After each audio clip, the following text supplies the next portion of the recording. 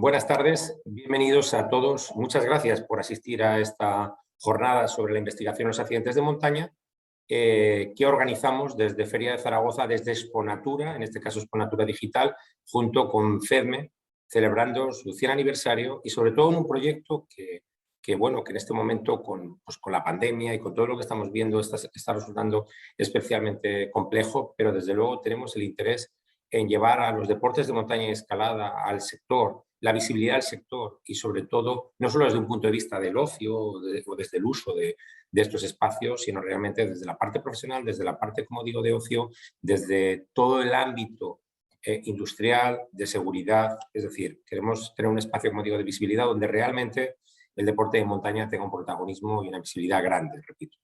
Esta jornada es muy importante y es una jornada muy interesante por la calidad de los ponentes que tienen aquí y porque representan los fuerzas y cuerpos de seguridad que sin duda garantizan la seguridad, los rescates, de alguna manera el patrimonio natural, esa sostenibilidad, la normativa que hay en ella y sobre todo nos ayudan a todos los aficionados, a todos los profesionales, a la gente del mundo de la montaña a estar más seguros, a estar protegidos y sobre todo a ayudarnos cuando lo necesitamos. Sobre todo esto es necesaria hacer una investigación para ver por qué ocurren los accidentes de montaña. Hay muchos más agentes implicados y este es un tema, como digo, muy importante.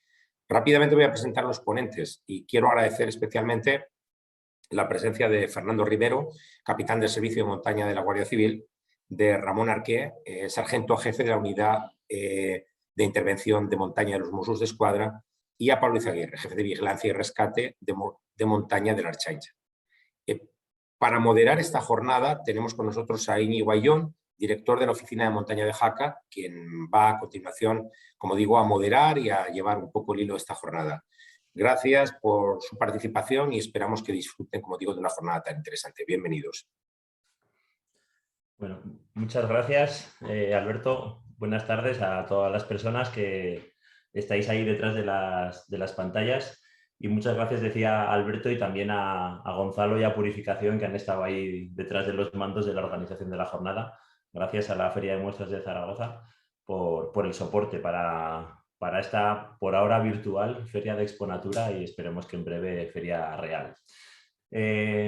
No me queda más que también dar las gracias a mis compañeros de tarde de hoy, ¿no? Y amigos a los que daré paso un poquito más tarde. Para introducir la jornada de hoy vamos a empezar con una presentación para explicar un poquito esa importancia que decía Alberto del rescate en montaña, de la investigación en montaña, ¿no? Bien, todos conocemos, hemos oído alguna vez hablar de eso, de la Declaración Universal de Derechos Humanos y bueno, ahí en su artículo 3 dice, ¿no?, que todo individuo tiene derecho a la vida, a la libertad y a la seguridad de su persona.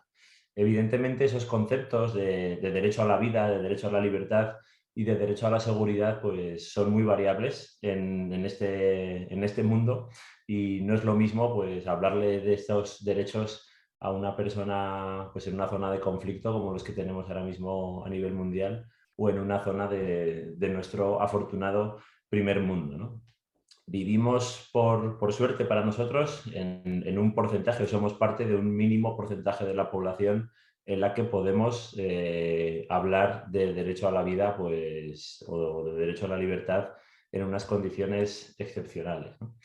Ese impulso que dio la ONU a través de la Carta de Derechos Humanos, bueno, está trasladado a la Constitución, a nuestra Constitución española, prácticamente literalmente, pero hay más incidencia, ¿no?, en esa Constitución española, porque ya se habla de dos conceptos, seguridad ciudadana y seguridad pública, dos conceptos vienen recogidos en la Constitución, dos conceptos que pueden parecer similares, pueden parecer sinónimos, hay veces que se utilizan como sinónimos, pero que tienen pequeños matices y diferencias, ¿no? Y ambos conceptos están encomendados en su salvaguarda a las fuerzas y cuerpos de seguridad, tanto sean a nivel estatal como a nivel autonómico o a nivel local. Pero sí que es verdad que la Constitución, ¿no?, pensemos que ya tiene unos años, nos habla no nos habla, perdón, de un concepto que es el de protección civil, que hoy está en boca de todos y está en boca de Europa, ¿no? Y recordemos el famoso número 112, número telefónico unificado de emergencias. Pero, sin embargo, esa competencia de protección civil sí que viene recogida en los estatutos de autonomía, es competencia autonómica y eso es lo que hace que cada comunidad autónoma haya creado su propia normativa de protección civil y, en muchos casos, haya desarrollado su propia normativa de los denominados SPEIS, ¿no? Los servicios de protección, extinción de incendios y salvamento, o también llamados bomberos. A nivel europeo, en esa parte, ¿no?, del mundo en la que tenemos la suerte de vivir, existen 4 modelos, más o menos, de rescate en montaña. Son 4 modelos que no son puros al 100% en todos los casos, sino que en muchas ocasiones se mezclan, ¿no? Uno de ellos es el modelo policial, que es el que tenemos esta tarde aquí presente, ¿vale? Sería el GREIN de la Guardia Civil, la Unidad de Vigilancia y Rescate de la Ertzaintza, la Unidad de Intervención en Montaña de Mossos d'Esquadra, pero también es la sección de montaña de la Guardia Nacional Republicana en Portugal, el pelotón de gendarmería o los grupos de seguridad en Francia, la Guardia de Finanza en Italia o la Alpine Polizei en Austria. Son cuerpos policiales afectos al rescate y que, aparte de la labor de rescate, hacen labor policial en el medio natural. Tenemos el modelo quizá más abundante en España, en las comunidades desarrollado por las comunidades autónomas, modelo de bomberos, digamos, ¿no?, como en Asturias, Cataluña, Navarra, o bien esos de nivel autonómico, o bien en algunas comunidades a nivel provincial, como serían Alicante, Castellón o Valencia. Madrid también es modelo autonómico, ¿vale? Y también tenemos modelo de bomberos en Andorra, por ejemplo, ¿no?, dentro de nuestros vecinos. Existe también el modelo privado, como puede ser Castilla-León o Suiza, que es el modelo privado por excelencia, pero también tenemos en otras regiones que conviven los modelos voluntarios, ¿no?, como puede pasar en Inglaterra o en determinadas zonas alpinas, como puede ser el Valle de Aosta o la zona del Tirol o la zona del Parque Nacional del Triglav en Eslovenia. Pero también tenemos rescate voluntario en España a través de los grupos de espeleosocorro que están en varias comunidades inserto dentro del esquema de rescate de protección civil, ¿no?, creado por su protección civil. Desde el Comité de Seguridad de la FEDME, uno de los apartados de la FEDME a los que pertenezco, desde hace años llevamos insistiendo en la necesidad de evolucionar hacia un rescate del siglo XXI, ¿no?, un modelo del rescate del siglo XXI en el que, desde nuestro punto de vista, pensamos que tiene que ser público, sustentado por los poderes públicos, tiene que ser gratuito. Estamos en contra del cobro de los rescates, ¿vale?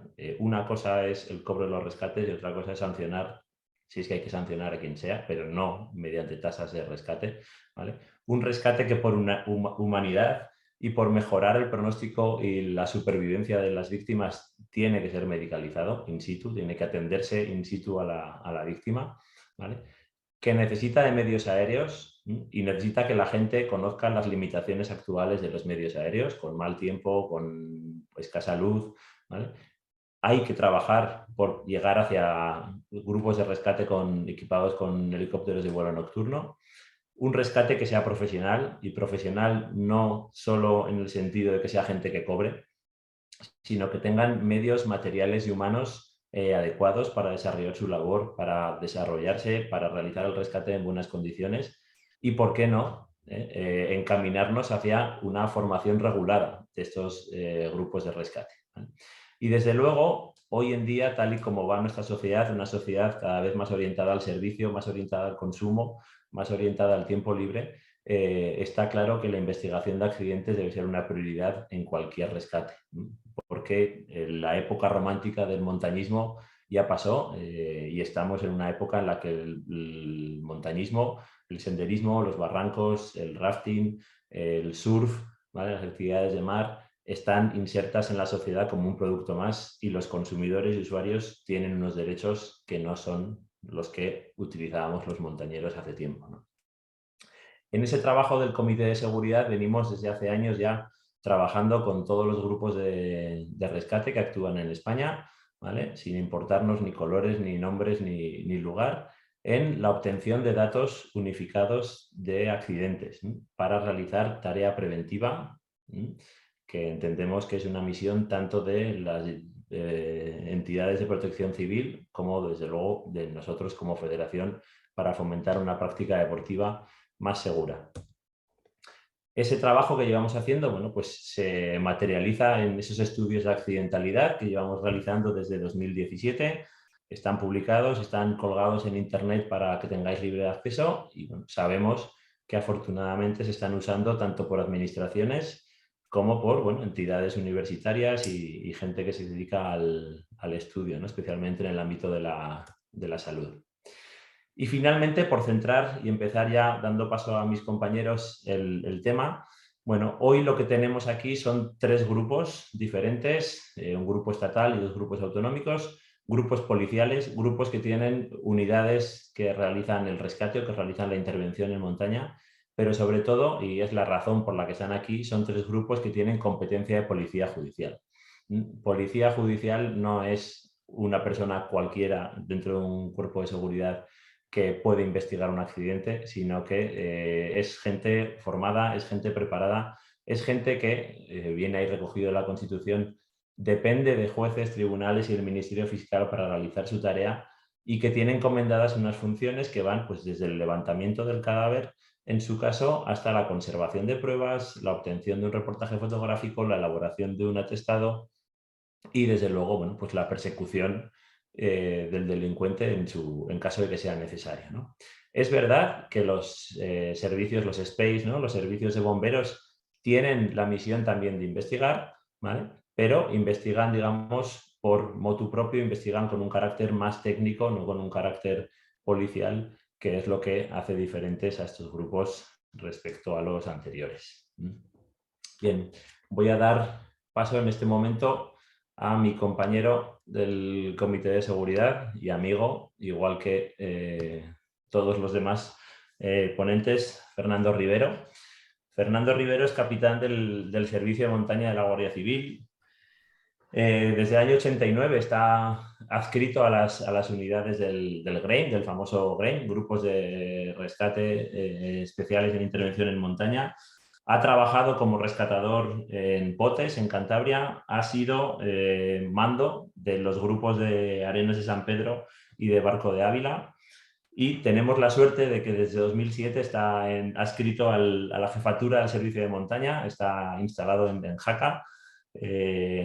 Colabora, es la persona representando a la Guardia Civil en el Comité de Seguridad de la Federación Española y, sin desmerecer a las otras, pero probablemente su labor más importante desde que colaboramos o desde que tenemos contacto con él es la creación, ¿no? Es el creador de la ficha unificada de rescate, que es la que está permitiendo que año tras año pues, podamos recopilar con una sola voz, digamos, con un buen criterio de calidad de datos, pues casi los casi 1000 o los más de 1000 rescates que realiza la Guardia Civil anualmente. Así que, Fernando, gracias por estar aquí y adelante. Muchas gracias a ti por tu presentación y vamos a empezar con la presentación de...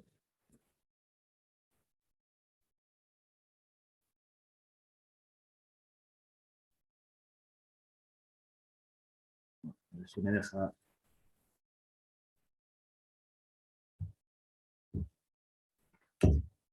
Bueno, vamos a plantearnos para ese grupo de rescate del siglo XXI que comentaba Íñigo, que debe de investigar los accidentes en su último punto, ¿por qué es tan importante la investigación de los accidentes en montaña? Y es importante porque se debe hacer en 2 vertientes. La primera, la de la prevención, para evitar accidentes ocasionados por las mismas causas, y luego la otra parte, que es la judicial, que es la que realizamos los 3 ponentes que estamos aquí en este webinar, ¿no? Que es la de garantizar los derechos de afectados por los accidentes, es decir, la depuración de las responsabilidades.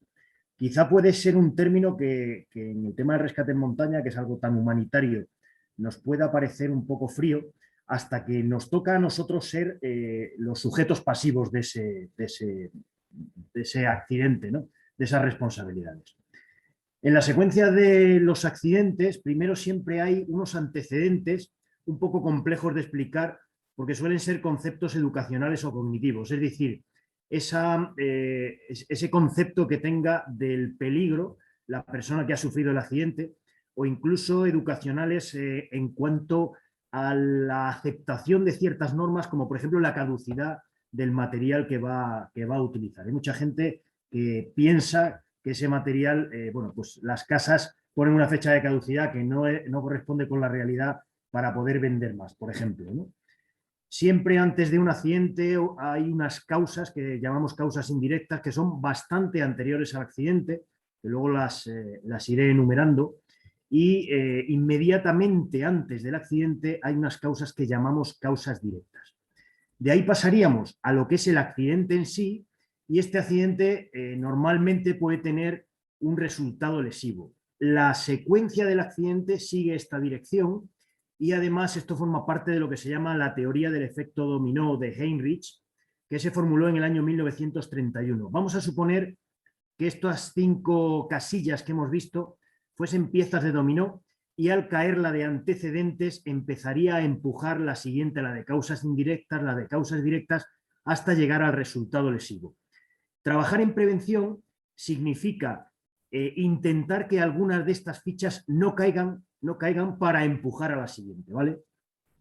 Una vez que nos toca investigar el accidente, vamos a partir del resultado final, es decir, del resultado lesivo, y pasaríamos a preguntarnos por qué hemos llegado a esa situación de resultado lesivo, a esas lesiones que nos hayan ocurrido, con lo cual obtendremos como respuesta el tipo de accidente que hemos sufrido. Es decir, si yo tengo una caída en escalada y sufro, por ejemplo, una fractura de tobillo, primero me pregunto por qué he sufrido una fractura de tobillo, cómo he llegado a esa situación, y la respuesta siempre será, pues, porque he tenido una caída en escalada, en este caso.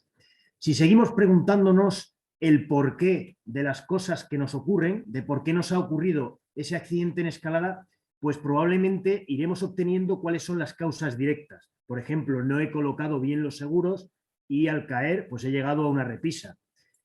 Si sigo indagando en esas causas, llegaré a las causas indirectas y probablemente a lo mejor no tendría la capacidad físico-técnica para realizar esa actividad. Sigo preguntándome por qué hasta llegar a los antecedentes que muchas veces, a ver si quiere pasar la diapositiva, muchas veces lo pongo en un tono un poco más claro, muchas veces en el estudio policial o judicial de un accidente no nos interesa tanto, pero sí nos interesa muchísimo en el estudio preventivo de estos accidentes. Por eso nosotros nos vamos a centrar en cuanto al tema de la responsabilidad en las causas indirectas y en las causas directas por las que ocurre el accidente. Y fijaros que pongo la flecha de arriba, la investigación del accidente siempre se hace, como he dicho, en el sentido contrario desde el resultado lesivo hasta esa ficha que sería la primera de los antecedentes.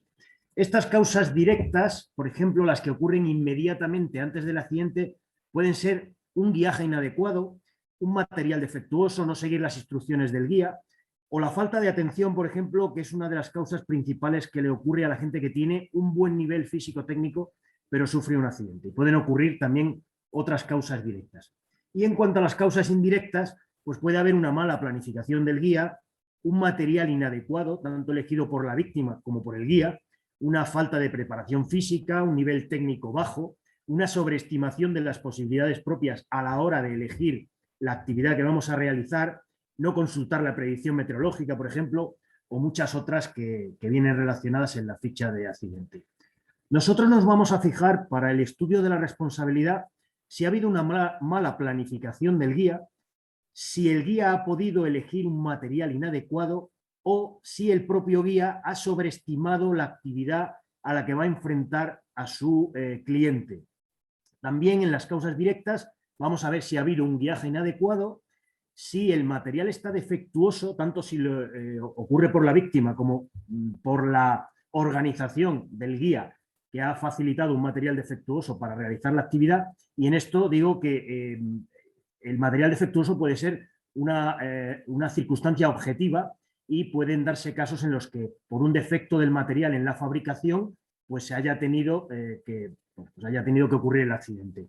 O no seguir la instrucción del guía, que evidentemente es algo que hay que investigar, puesto que no sabemos en el momento en que nos encontramos con el resultado lesivo del accidente y hay un guía de por medio, si verdaderamente ha habido una mala praxis por parte del guía o ha sido que el propio cliente no ha seguido las instrucciones de este guía. Una vez que tenemos esto, sobre todo en cuanto al personal que guía, a las responsabilidades que puede tener un guía, sabemos que cuando nos enfrentamos a los peligros, siempre vamos a aumentar el riesgo dependiendo de la exposición, de la probabilidad de que ese peligro se materialice en un accidente o de las consecuencias que pueda tener el accidente en el caso de que éste se produzca. Esto es, estos tres parámetros a la hora de enfrentarnos a los peligros es lo que llamamos el riesgo absoluto. Y para reducirlo hay que reducir la exposición a esos peligros, hay que disminuir la probabilidad de que esos peligros se conviertan en un accidente y hay que minimizar las consecuencias de un accidente en el caso de que tengamos la posibilidad de que se produzca. Todo esto hará que quede un riesgo residual, puesto que siempre habrá algo de riesgo, sobre todo en actividades de montaña, pero esas medidas que vamos a tomar de reducir la exposición, de disminuir la probabilidad y de minimizar las consecuencias es lo que llamamos la gestión del riesgo, que la debe de hacer cualquiera que realice una actividad en montaña, pero que en el caso de que esa actividad esté tutelada por un guía, vamos a investigar si la gestión del riesgo se ha realizado adecuadamente por ese guía. Bien, una vez que hemos empezado esta investigación, podemos enfrentarnos a tres tipos de responsabilidades. Unas son las penales, puede haber habido en el accidente un homicidio imprudente, puede haber habido un delito, una falta de lesiones, una omisión del deber de socorro en el caso de que una persona que tenga la obligación de socorrer a alguien y no sufra ningún tipo de riesgo en ese socorro, pues haya negado esa ayuda, ese auxilio a la persona que se encuentra en riesgo. Puede haber un delito de estafa, sobre todo no, en el caso de los guías profesionales que no tienen titulación y que engañan a sus clientes pasándose por personas con todas las titulaciones para realizar el guiaje que se contrata.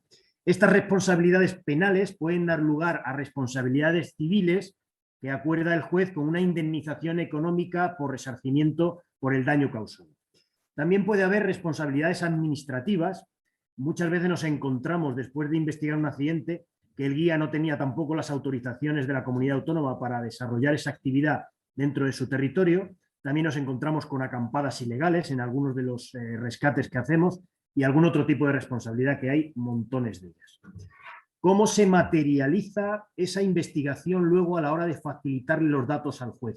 Pues con la instrucción de un atestado judicial o un atestado policial, es decir, haciendo unas diligencias a prevención que quedarán archivadas en nuestra unidad, luego hablaremos de ello en el debate, que quedarán archivadas en nuestra unidad en el caso de que se nos haga la solicitud por parte de alguna autoridad judicial porque haya habido una denuncia.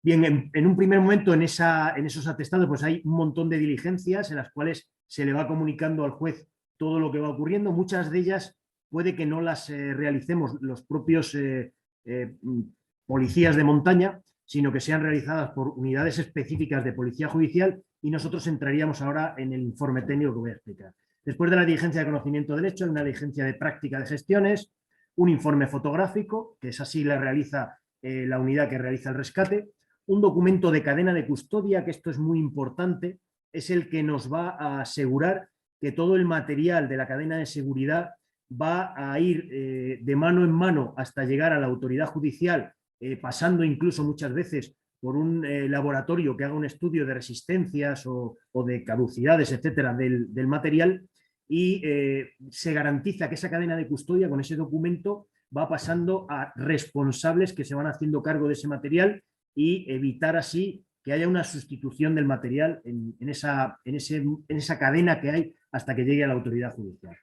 En muchas ocasiones los cuerpos policiales lo único que realizan es un informe técnico, que además es fundamental dentro de la investigación, donde a la autoridad judicial se le explica cuál es el procedimiento correcto para realizar la maniobra en la que ha ocurrido el accidente. se realiza un informe fotográfico de todo el material de la cadena de seguridad, se hace una hipótesis sobre las causas del accidente y se establece cuál es la hipótesis más probable para el instructor de esta diligencia o de este informe técnico. ¿Por qué hablamos de hipótesis y no damos por sentado que ha ocurrido algo? Porque la autoridad judicial puede recabar el parecer de otro perito que a lo mejor tumba nuestro informe técnico. Así que con esto he acabado mi exposición, he procurado utilizar menos tiempo del que tenía y espero que por lo menos os haya quedado claro. Vale, muchas gracias, Fernando. Bueno, siguiente invitado y siguiente amigo, Pablo Arrasa-León. Buenas tardes. Pablo, como veis ahí en el cartel, es jefe de del grupo de bueno, es jefe de la sección de montaña de la Ertzaintza. Es el Chancha desde el China, desde el año 1994 en que entró a la academia, y desde entonces, pues bueno, ha estado desarrollando diferentes puestos, diferentes tareas, tanto de seguridad ciudadana como en el servicio de inspección de la Ertzaintza. En 2012 entró en la sección de montaña, se vino al lado bueno de la vida, donde ya realizó labores de jefe de grupo, aparte de rescatador, y en 2020 es desde cuando está, digamos, al jefe al cargo de toda la sección de montaña como oficial de la Ertzaintza, coordina los 3 grupos de trabajo de la sección de montaña y le toca, pues bueno, tanto realizar tarea operativa como tarea de gestión, con lo cual le toca alternar monte y despacho, ¿verdad, Pablo? ¿Vale? Y bueno, es técnico deportivo en espeleología, que es uno de los criterios, ¿no? Uno de los requisitos que exige la Ertzaintza para el acceso a la sección de montaña. Así que nada, Pablo, cuando quieras, todo tuyo. Vale, pues nada, buenas tardes a todos. Gracias, Íñigo, por la presentación. Gracias a la Feria de Zaragoza también por planificar esta jornada, que es evidentemente muy interesante. Y un placer, pues, poder reencontrarme, aunque sea telemáticamente, también con los amigos que compartimos hoy en día, esta tarde, la presentación, ¿no? Bueno, voy a aprovechar también, voy a utilizar una pequeña presentación para, a modo de ayuda, pues ir desgranando un poco lo que nosotros hacemos, ¿no? como grupo de rescate de la Ertzaintza. Bueno, como decía Íñigo, ahora toca hacer más gestión, por desgracia. Echamos de menos un poco más esa parte del medio ambiente, de la parte de, por desgracia, a veces el rescate. Pero bueno, lo que toca ahora es un poco, pues, coordinar y organizar, ¿no? Voy a aprovechar un minuto para los que nos están viendo y para los que no nos conocen tanto, pues en un minutillo presentar lo que es la Unidad de Vigilancia y Rescate. La cual a día de hoy se compone de 3 secciones. La sección de montaña, a la cual pues represento y la que coordino. La sección aeronáutica, con los helicópteros y los drones. Y también la sección de medio acuático, de rescate medio acuático. En relación a la sección de montaña, ¿no? Como comentábamos, como adelantaba también Íñigo y Fernando, básicamente las funciones principales son las de búsqueda y rescate de personas, pero evidentemente la labor de policía, las funciones de policía judicial que también tenemos encomendadas, pues hacen que intervengamos en un montón de tipologías de incidentes. Entre ellos, pues la intervención en catástrofes naturales o el desalojo de personas en incidentes de orden público, pruebas deportivas para las cuales se nos demanda de cobertura en cuanto a seguridad y al cumplimiento de la normativa. La vigilancia de áreas protegidas y entornos naturales, como comentábamos también, que, bueno, pues aparte de lo que son los recursos propios de las diputaciones, en este caso el Gobierno vasco, pues por parte de la Ertzaintza y de la sección de montaña, pues también realizamos estas labores. La prevención de delitos relativos al patrimonio histórico, tareas de formación, simulacros y, pues, lo principal en este sentido, ya que se trata hoy el tema de los accidentes es la elaboración de informes periciales y de investigación en accidentes de montaña. Resumiendo, para el que no sepa, más o menos estamos hablando de 40 rescatadores distribuidos en 3 grupos y la figura del jefe de montaña, que es la que ocupo yo en la actualidad. Y aparte de lo que son las funciones principales, pues por supuesto tareas de formación, una formación continua, reglada, tutelada en muchas ocasiones por la Academia de Policía del País Vasco. Para resumir también, lo que nos encontramos aquí en el País Vasco es lo que sucede en muchas comunidades. Acudimos a rescates en los que compartimos la actuación tanto con grupos de bomberos, personal sanitario, lo cual pues, hace que la coordinación pues, sea necesaria al 100%.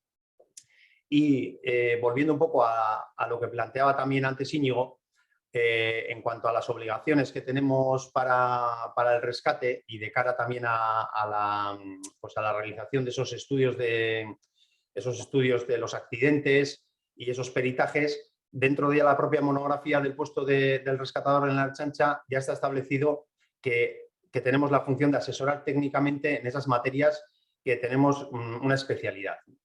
Y como pone aquí, como anoto aquí, a petición de la autoridad judicial, realizar esas labores de peritaje. Incluso lo que comentábamos, la normativa a nivel de policía del País Vasco, la ley de policía ya habla de unas funciones de policía judicial. Sí que es cierto que es una policía judicial genérica, ya que entendemos que tenemos grupos de investigación propios y policía judicial adscrita a los juzgados, pero es importante que nosotros mismos, como rescatadores, entendamos que esa función es propia y exclusiva nuestra y que la tenemos que hacer pues de una manera muy profesional, porque lo que nosotros detectamos es que con el paso de los años hemos tenido que adaptarnos un poco también a estas funciones que son muy importantes, tan importantes o a veces más incluso que la propia asistencia sanitaria y la evacuación de las víctimas, porque hemos pasado un poco de ser puramente rescatadores a ser realmente rescatadores y policías y técnicos en cuanto a la realización de los estudios.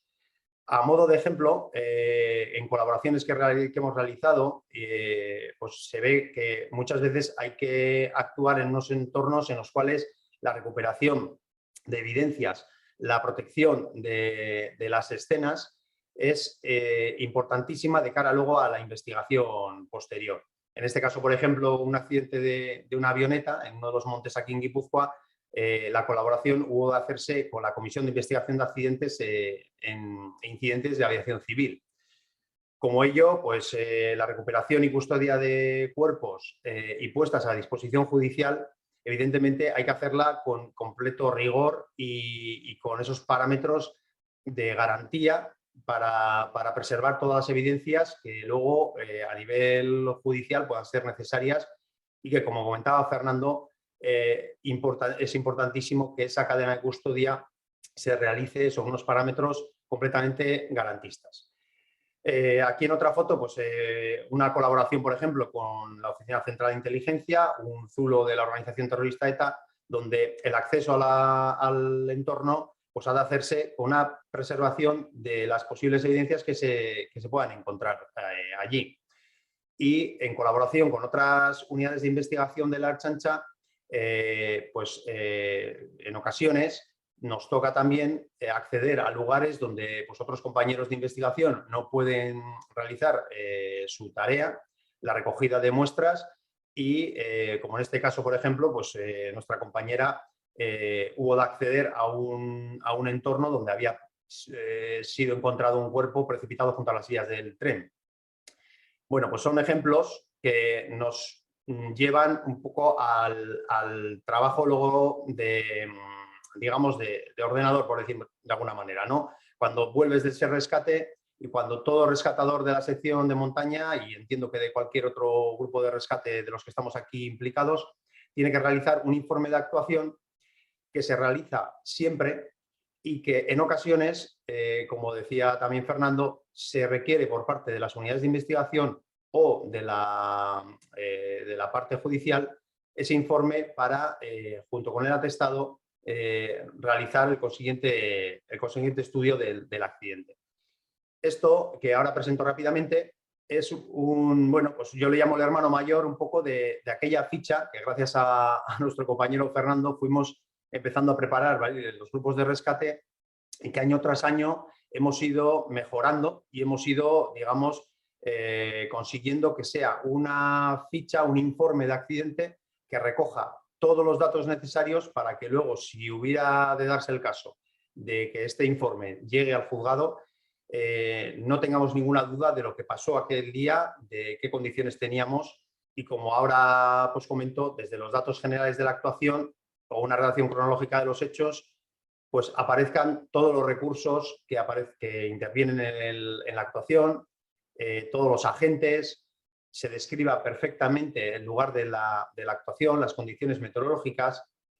Diría también que este tipo de formatos, de informes, cada vez se va perfeccionando más de cara a que no haya ambigüedad a la hora de rellenarlos. Es decir, que el rescatador, aunque tiene la información, digamos, reciente, ya que acaba de realizar el rescate, antes de que finalice su turno de trabajo, cumplimenta este informe.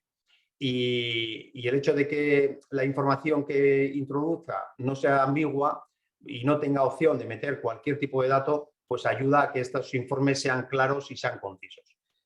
Lo comentaba Fernando también, la importancia de valorar que cuando una actividad está guiada por un profesional, todo eso tiene que quedar bien reflejado por las responsabilidades que pudiera haber, o bien porque tuviéramos un guía benévolo o otro tipo de referencia o de figura, ¿no?, guiando esa actividad o ese grupo. Comentábamos también recientemente, y lo ha explicado fenomenalmente, como siempre, Fernando, los precursores del accidente. Tienen que quedar muy claros, y por eso esos 5 porqués que planteaba Fernando. Hay que dejar claro, aunque sea una valoración, digamos, desde el propio rescatador, que luego habrá que confirmar, pues si hiciera falta en cuanto a los materiales y al procedimiento que se ha llevado a cabo, pues es importante que todos esos precursores queden claros. Y, por supuesto, pues aparte de una cronología, las condiciones meteorológicas de ese momento, porque en caliente es cuando nos vamos a acordar de todo lo que tenemos, y lo hablábamos anteriormente, la recogida de evidencias u objetos que a través de la cadena de custodia vamos a trasladar al resto de, bueno, pues de unidades de investigación, entendiendo que la competencia, digamos, de investigación de ese accidente va a ser el de la comisaría donde se ha producido el propio incidente o accidente, ¿no?, donde se ha realizado el rescate. La entrega a disposición de los elementos recuperados, los testigos, por supuesto, que es en el momento del accidente cuando hay que recabar toda esa información y hay que anotar en estos informes todos y cada uno de los testimonios que nos aportan estos testigos, o si fuera preciso, invitarles a realizar un acta de comparecencia, y pues ya lo que son los datos, digamos, un poco anexos de valoración, hipótesis de los rescatadores, a qué agentes se ha movilizado, pues sea se puede guardia funeraria u otros recursos, que quede todo bien reflejado en el informe de actuación para que luego no tengamos ningún tipo de duda.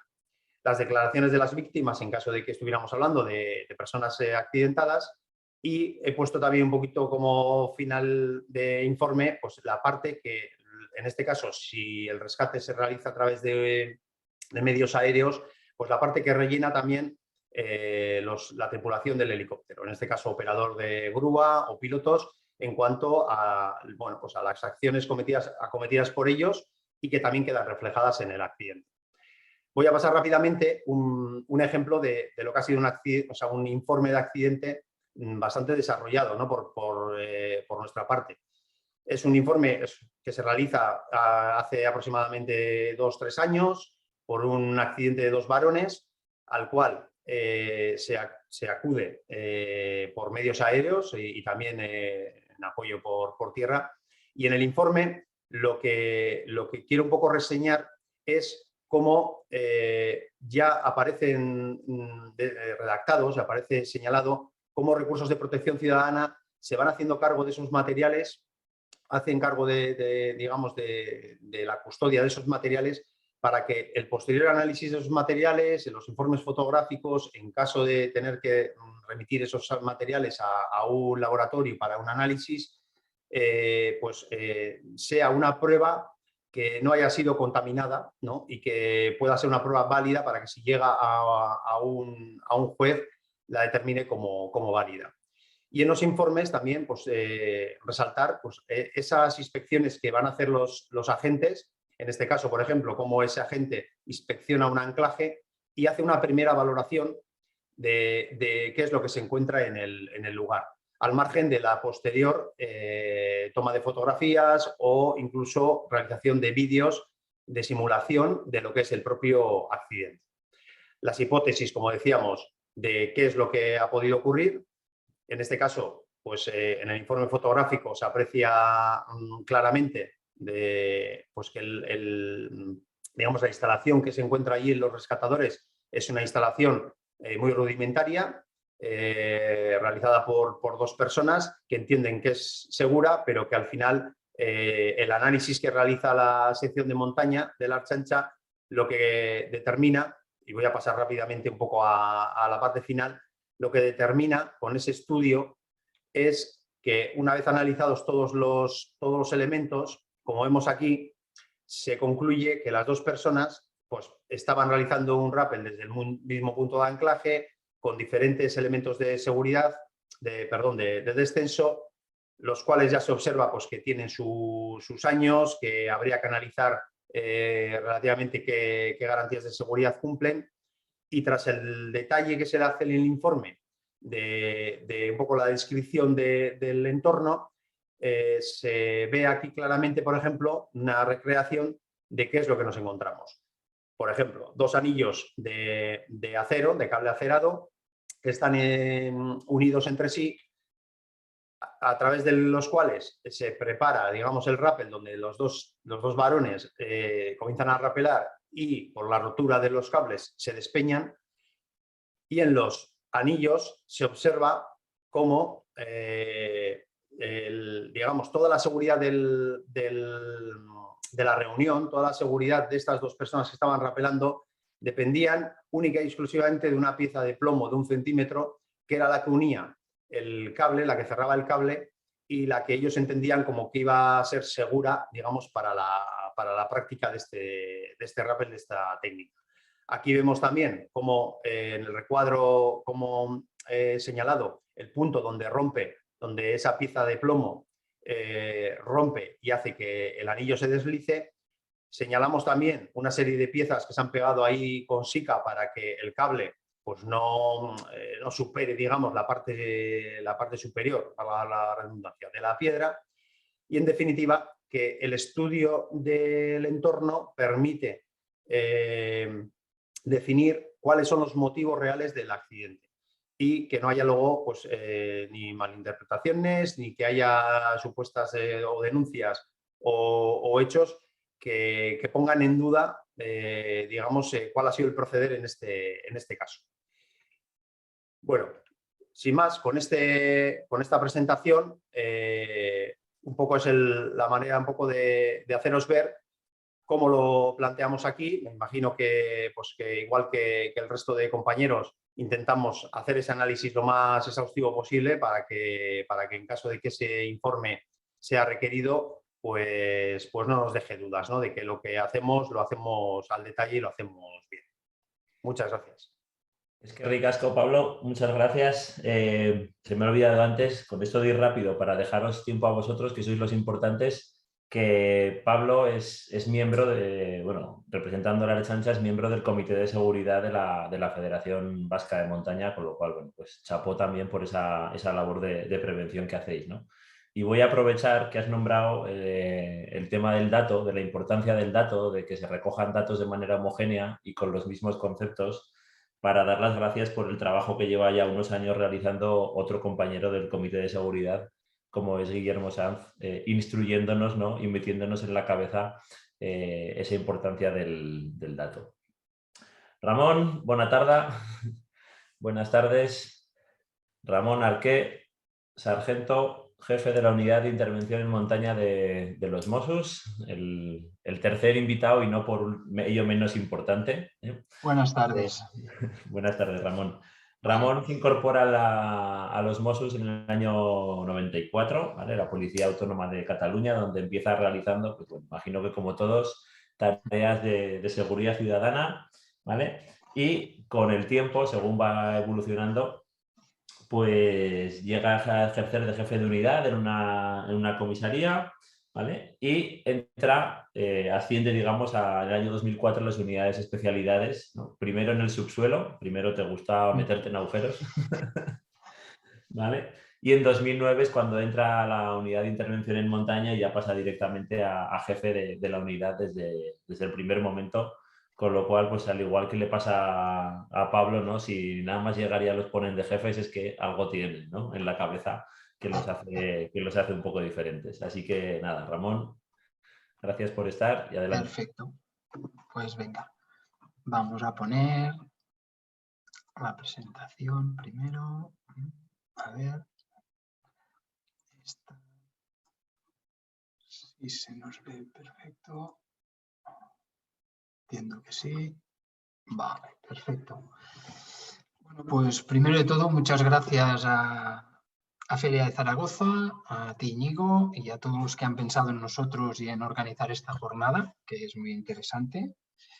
Saludo aquí, bueno, a todos los amigos que tengo por aquí, Pablo, Fernando, y que ya nos hemos visto en otras ocasiones. Y hoy, bueno, me toca el último. Esto me da la idea un poco de cambiar un poco el enfoque y de explicar un poquito la idiosincrasia o la diferencia que tenemos un poco en Cataluña a nivel policial en todo lo relacionado en la investigación de accidentes y cómo funciona el rescate en montaña en Cataluña y cómo se trata todo lo que pasa en la montaña, ¿no? Aquí os pongo un poco lo primero que vamos a hablar, un poco os explicaré las funciones que tiene la unidad de intervención en montaña de los Mossos d'Esquadra y en los Mossos d'Esquadra, cómo tratamos los accidentes en Cataluña a nivel de respuesta, digamos, a partir de la llamada al 112. Y luego la pregunta, ¿es necesaria la policía en montaña, la prevención, los accidentes y la investigación? Vamos directos un poco al asunto, y para hablar de funciones que tenemos la policía en Mossos d'Esquadra en Cataluña, sobre todo la unidad de intervención en montaña, pues bueno, como veis aquí, las principales son tres: es prevención y neutralización de situaciones de riesgo para la seguridad de las personas. Esto lo ha hablado Íñigo antes: seguridad ciudadana, seguridad pública, pues esta es la base un poco de la función policial en Cataluña. La recogida, análisis de la información, investigación e inspección y aclarar los hechos en los accidentes en montaña, que esta nos encaja perfectamente con la temática de hoy, de la mesa que estamos tratando hoy. Colaborar con la autoridad policial en la investigación de accidentes. Esta es la siguiente que viene, que aquí ya lo ha hablado Fernando, lo ha hablado Pablo, es decir, la colaboración con la autoridad judicial viene dada por hacer aquellas primeras investigaciones, el atestado, las diligencias del informe técnico, pero también a posteriori nos toca muchas veces pues hacer una reconstrucción de un accidente o hacer diligencias complementarias de hechos en los que no hemos participado, pero que necesitan una aclaración y un informe técnico o una respuesta adecuada a una necesidad que se le genera al juez o al fiscal o a la parte implicada. A partir de ahí, funciones de policía administrativa, inspecciones oculares en entornos de difícil acceso, que también lo han hablado. Participamos en dispositivos policiales en entorno de montaña o lugares de difícil acceso. Funciones de seguridad ciudadana en dominios esquiables, estaciones de esquí, competiciones deportivas. Búsqueda de personas perdidas o desaparecidas. Funciones divulgativas sobre prevención de accidentes, la prevención, una función muy importante. Colaborar en la protección del medio ambiente y colaboramos en rescates y catástrofes. Esta colaboración, ahora viene explicado en el paso siguiente. ¿Por qué? Porque en Cataluña, a diferencia de lo que comentaba un poco Pablo y Fernando, Cataluña, la competencia en el rescate y salvamento pertenece a los bombers de la Generalitat. A partir de ahí, bombers hacen el salvamento y el rescate, tienen la primera salida, esa primera respuesta, y de detrás la policía tenemos la función investigadora. Ahí sí que está más diferenciado, investigadora y colaboradora, y si hay una persona, si hay que hacer una búsqueda de una persona, pues ahí sí que participamos y nos integramos. Pero en el salvamento y rescate el papel nuestro es encarado directamente a la investigación. Esto tiene pros y contras. Por ejemplo, si lo comparamos con un accidente de tráfico, en un accidente de tráfico pues se produce la llamada al 112, llega bomberos, llega el SEM, llega la policía, cada uno hace su trabajo y ahí se acaba, ¿no? En montaña la acción es la misma, pero llegarán bombers, son los competentes en salvamento y rescate, en función de los hechos. Pues se generará, si hay una víctima mortal, a partir de ahí se para e interviene la policía. Si no es una víctima mortal, seguramente se habrá la evacuación de un herido. Los compañeros que están en territorio, las comisarías de referencia, porque la unidad de intervención en montaña somos una unidad centralizada, especializada, pues a partir de ahí nosotros somos un recurso que nos llamarán, pero el primero que llegaría es seguridad ciudadana, y a partir de ahí los compañeros de seguridad ciudadana recogerán los primeros datos, las primeras informaciones. El trato es un poco diferente, como lo vais viendo. ¿Qué pasa a partir de ahí en Cataluña? Pues que el accidente en montaña se trata un poco en función del resultado y no en función de la causa. ¿Por qué? Porque el especialista, que somos los miembros de la unidad de intervención en montaña, intervendremos en función del tipo de hecho o de la finalización del hecho. ¿Dónde intervenimos? Pues en supuestos en que se produzcan víctimas mortales, accidentes que revistan especial gravedad, menores, heridos muy graves o de relevancia, actividades guiadas o cuando se nos requiere, por cualquier otra petición. En montaña viene aquí la pregunta, ¿no? ¿Es necesaria la policía en la montaña? Creemos que es importantísima, y más como está evolucionando hoy en día las actividades en el medio natural, ¿no? No tiene nada que ver con hace 25 o 30 años, esto lo hemos hablado, han pasado a mover un importante volumen de negocio, el acceso es mucho más fácil, aumento de accidentes, estaciones de esquí que ahora también son complejos en verano, que organizan actividades en verano, turismo, Kilians, Decathlon, todo esto genera que necesitamos hacer un trabajo, la policía, detrás de prevención y de estar en el medio y de trabajar en el medio y de ver cómo, qué y qué pasa en el medio, pues para defender los derechos de los ciudadanos, de definir responsabilidades. Hay todo un trabajo detrás que hace 30, 40 años pues igual no era tan importante que estuviéramos allí. Por ejemplo, a nivel de datos, pues claro, Parque Nacional, 550.000 visitas, el 46% del territorio en Cataluña es montañoso, federados del 2000 de 15.400 y pico de personas en el año 2000, en el 2022 estamos cerca de los 50.000, pues vemos que este volumen ha crecido mucho, ¿no? Pues por eso un poco la importancia creo yo, de que la policía esté en la montaña y supervise un poco todo esto con las funciones que tenemos y que la legislación nos otorga. ¿Qué hacemos también previo a la investigación del accidente? Pues la prevención es muy importante, y aquí pasaré rápido. Inspeccionamos equipamientos de montaña, hacemos funciones de divulgación, seguridad ciudadana, charlas de seguridad, vigilancia en eventos, como hemos dicho, inspecciones de refugios. Cuando hablamos de inspeccionar equipamientos, si hace falta se cierra un equipamiento que está en mal estado y luego ya se contacta con los órganos competentes para solucionar el problema, pero lo importante es garantizar la seguridad de los usuarios. Más prevención, inspección administrativa.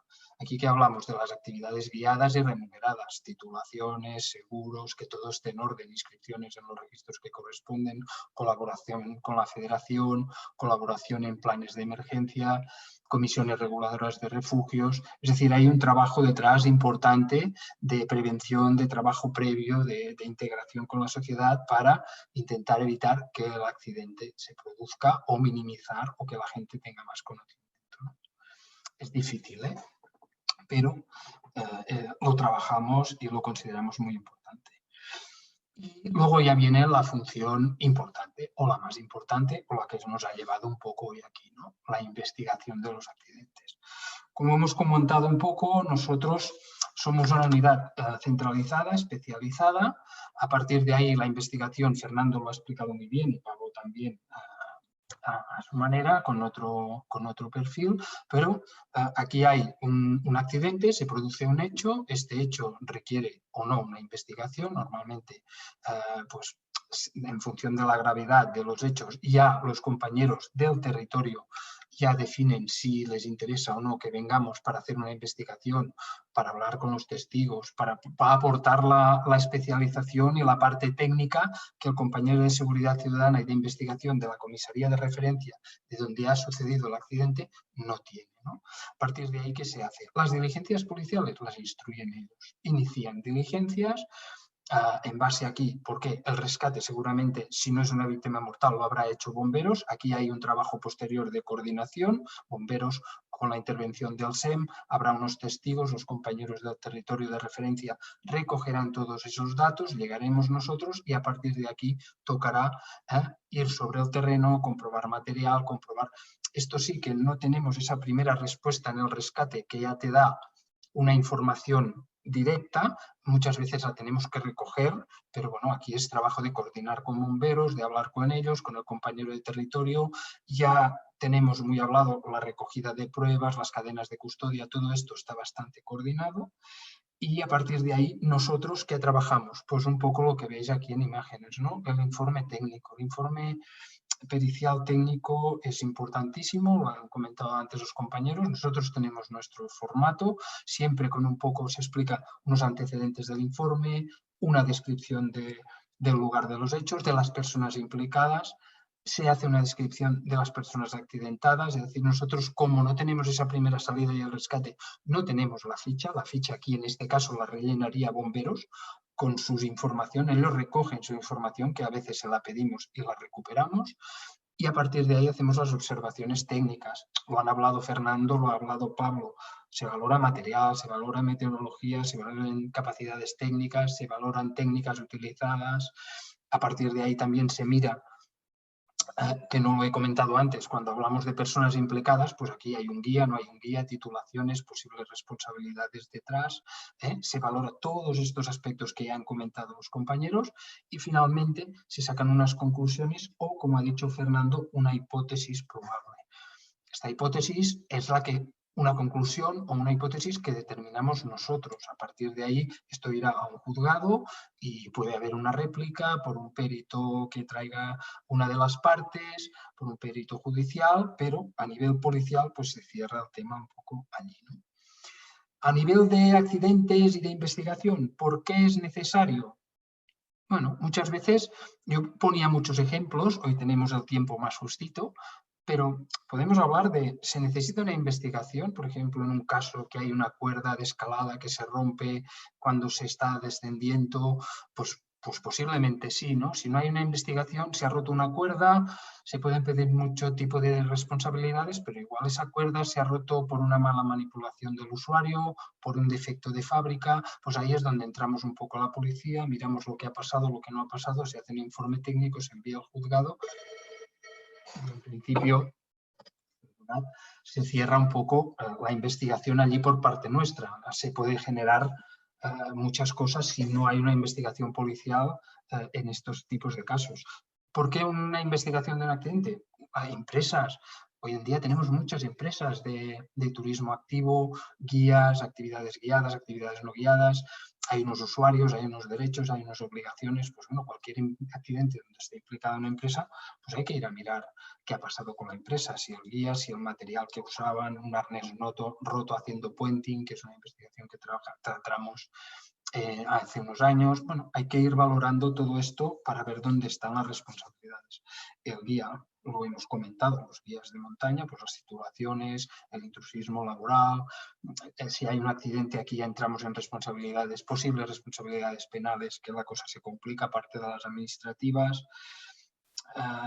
Sí que nos podemos encontrar, por ejemplo, un ejemplo a nivel de responsabilidad posterior, ¿no? Un accidente en una vía ferrada, un señor tiene un accidente muy grave porque hay una parte del equipamiento que se rompe o salta de la pared.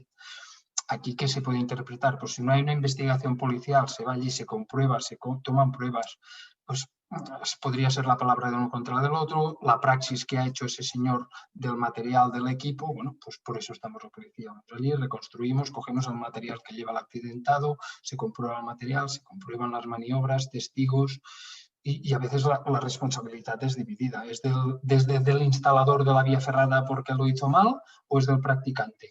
¿O es compartida porque el instalador hizo una parte de la instalación del equipo que no era la más correcta, pero el practicante no usó todas las técnicas correctas? Es importante definir todo esto un poquito para pues mejorar, saber qué nos pasa en los accidentes, saber qué nos pasa en la montaña, y de todo esto sí que la policía a veces tenemos esa capacidad o esa imagen punitiva, pero también hay un trabajo muy importante de ver qué nos está pasando, por qué nos está pasando y poder trabajar después para mejorar, ¿no? Y un poco aquí es la exposición que hago yo, rápida, un poco explicado cómo funcionamos en Cataluña, y lo cierro aquí para dar paso a comentarios más generales y palabra. Gracias, Ramón, muchas gracias. Bueno, pues yo creo que la cosa va a estar animada porque ya he estado leyendo las preguntas y que ha ido haciendo el público. Así que, como hay bastantes, nos queda 1 hora más o menos de sesión. Entonces, si queréis, Pablo y Fernando, conectaros también y estamos ahora los 5. Y yo creo que casi como hay tanto interés, ¿no? Y esto está bien, porque así parece que no somos los únicos locos que nos preocupamos de estas cosas, sino que vemos que a la gente también le lleva a crearse dudas, ¿no? O le surgen dudas o le surgen necesidades, bueno, y al final, pues todos los que estamos aquí somos servicio público, así que vamos a por ello, ¿vale? Hay una pregunta que han hecho que me parece muy interesante, que la he nombrado yo así un poco tangencialmente en mi presentación, que es respecto a las formaciones, ¿vale? Como hemos explicado, al final pues no hay 17, pero casi hay 17 grupos de rescate diferentes, y cada uno de ellos es verdad que lleva una dinámica diferente, ¿no? Tanto de forma de acceso como de formación que se exige para entrar, o la formación que se imparte dentro, ¿vale? Entonces, si queréis, siguiendo el mismo orden que habéis hecho en las intervenciones, pues nos comentéis un poquito cómo es la formación a nivel interno dentro de vuestros grupos, ¿vale? Y bueno, pues igual hay que hacer dentro de poco una con los grupos de bomberos para ver también y para comparar, ¿no? Bueno, pues empiezo yo, ¿no?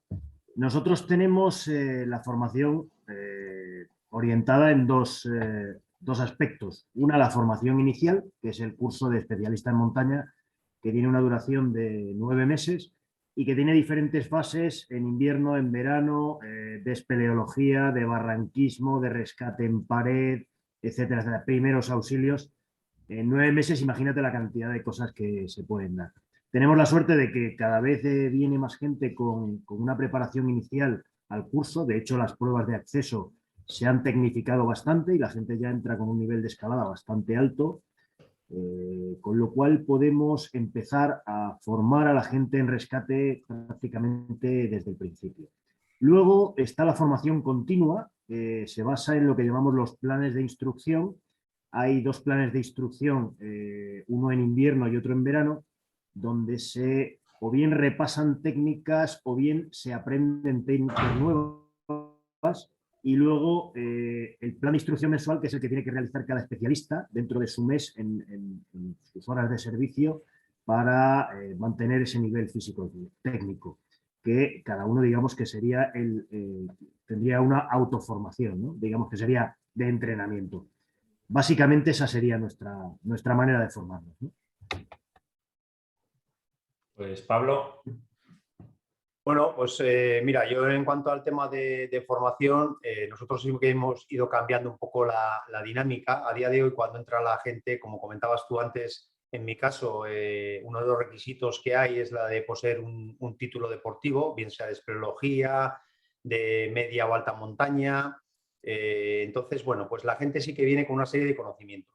Pero está claro que en el ámbito del rescate todos sabemos que la cantidad de horas necesarias para que un rescatador esté operativo es muy amplia. Y, nosotros aquí las tenemos tasadas en cerca de 1000 horas, ¿no?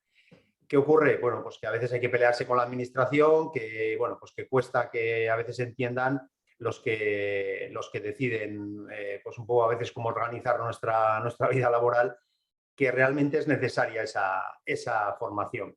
Entonces, ahora mismo, cuando entran compañeros nuevos, aparte de un proceso de pruebas técnicas de escalada, de espeleología, una prueba de resistencia para las capacidades físicas, bueno, pues luego se les da un curso de formación que a día de hoy viene a ser un curso de unas 8 o 10 semanas, bueno, quizá 10 12 semanas, y a partir de ahí se incluyen en los grupos, se mete a la gente en los grupos y se les sigue un poco formando, entendiendo que no van a ser operativos en bastantes meses hasta que cojan las destrezas oportunas. Eso por una parte en lo que es la formación inicial, ¿no? el formar al rescatador cuando llega. Luego, por otro lado, lo que son los grupos dentro de sus jornadas de trabajo, que son de 12 horas, realizan prácticas o talleres ya programados dentro de una formación continua. Y aparte tenemos unas jornadas específicas, generalmente los jueves, ya en el calendario ya estipuladas, que digamos el grupo de entrenamiento se dedica a hacer unas actividades a expensas no expensas, sino digamos libre de tener que responder ante cualquier incidente de rescate en montaña. Es decir, tendríamos un grupo de servicio y otro grupo realizando un entrenamiento específico. Y como decía Fernando, hay que tocar un montón de palos. Barrancos, espeleología, invernal, bueno, pues al final son muchas horas y evidentemente hay que estar actualizado y hay que estar continuamente en un periodo de formación continua, ¿no? o de aprendizaje continuo. Pues venga, Ramón. Bueno, nosotros se hace un proceso de selección previo de la gente, entran en la especialidad a nivel de exigencia de titulaciones, a diferencia de, por ejemplo, Pablo, que se les exige, no exigimos, hay todas unas pruebas de acceso y de nivel que se tienen que pasar y a partir de ahí se hace un curso que dura entre 3 meses y medio, 4, más un periodo de prácticas. A partir de ahí la gente se incorpora a la unidad. Los módulos que se trabajan, evidentemente nosotros como el objetivo de ellos sí que trabajan más el rescate, salvamento directamente, nosotros trabajamos más el movimiento y las capacidades de trabajar y de hacer cualquier actividad o función policial en la montaña, entre ellas hay una parte adecuada para el rescate, pero también trabajamos bastante el autorrescate, toda una parte de formación para adecuar todas esas capacidades policiales a los conocimientos, hay capacidades de montaña a los conocimientos policiales que se requieren. Una vez están en la unidad, sí que se trabaja un poco la formación con un plan de formación interno. Hay dos aspectos, plan de formación interno, donde se montan unas prácticas anuales de reciclaje de cada materia, barrancos, espeleología, escalada, esquí alpino, esquí de montaña, pues un poco orientación, incluso todos los palos que dice Pablo que tocamos, que son muchos. Y luego, aparte, se trabaja un poco contenidos externos. Se intenta, a través de la escuela de policía, pues conseguir esos reciclajes externos que son los que realmente pues, te dan un plus y te dan un crecimiento porque te pones al día más de técnicas y no es todo el reciclaje interno. Hay un apartado también extra, la asunción de nuevas competencias o funciones, que ahí pues te van haciendo pastillas o formaciones que antes, por ejemplo, no he comentado, Pablo sí que lo ha comentado, también damos soporte a orden público en desalojos o cuando hay problemas, cuando hay que descolgar gente, objetos o cualquier cosa, pues ahí se tuvo que hacer todo un módulo de formación de trabajos verticales urbanos para adecuarnos a la normativa y trabajar con seguridad en ese medio que no lo tenía. Gracias, Ramón. Al público, ya perdonaréis que no tengo individualizadas las preguntas, me las está pasando Gonzalo todas acumuladas, entonces no sé quiénes sois los que preguntáis concretamente, pero bueno, gracias a todas y a todos los que estáis preguntando, que igual nos quedamos aquí hasta la hora de la cena. ¿Vale? Bien, en la siguiente, hay alguna que va dirigida también para mí, aunque a mí ni me han presentado, pero bueno, como aquí en este mundo nos conocemos casi todos, pero hay alguna también que yo creo que será mejor que la resolvamos un poquito entre todos, ¿no? O al final demos nuestra opinión porque muchas veces tampoco hay una respuesta unívoca, ¿no? Y respecto a esta última, recordar que no lo habéis dicho ninguno, que a los 3 cuerpos se accede por oposición, ¿no? Y que primero, antes de ser rescatadores o ser montañeros, son policías, ¿no? Con lo cual ya llevan una formación de serie, ¿no? Bien, nos hacen una pregunta en torno a vuestros informes y a la necesidad de que existan esos informes, es decir, si siempre que hay un accidente que pueda ser judicializado debería intervenir policía judicial. Claro, el problema de esto es cómo descubres que el accidente puede ser judicializado, porque muchas veces hasta años después no se judicializa, ¿no? Por eso mi visión como jurista que soy y la visión que tenemos desde el Comité de Seguridad es que ojalá todos los accidentes o todos los rescates tuvieran ya un informe serio, ¿no? No voy a decir o que tengan que ser obligatoriamente un informe de policía judicial, pero sí que hubiera una recopilación de esa primera información, ¿no? Que habéis nombrado muchos, que si no es en el momento inmediata se pierde, ¿no? Vale. Y en caso de que comentan, ¿no? Que hasta qué punto las conclusiones que puedan realizar los bomberos en un rescate o incluso un servicio voluntario son válidos jurídicamente. Aquí, si queréis, os echo un capote.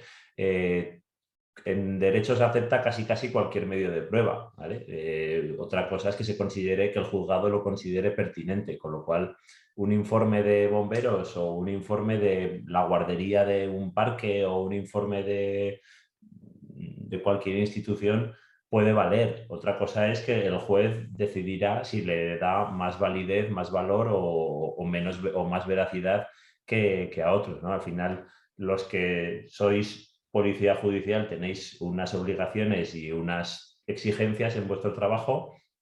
Los que son bomberos, en este caso, tienen condición de autoridad pública cuando están realizando su labor, con lo cual vale más que la palabra de un cualquiera, ¿no? Pero ahí es el juez, es el juzgado, ¿no? Quien tiene que decidir qué es lo que vale o qué no. No sé si queréis aportar algo para esta pregunta, ¿alguno?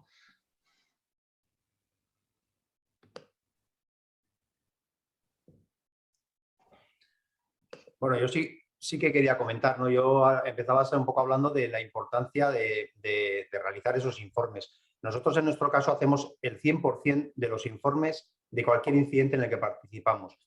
Y creo que es importante, ¿por qué? Porque lo comentaba antes, ¿no? Nos hemos tenido que hacer un poco de reflexión interna nosotros también y de darnos cuenta que realmente hay que hacerlo, lo tenemos que hacer nosotros y hay que hacerlo muy bien.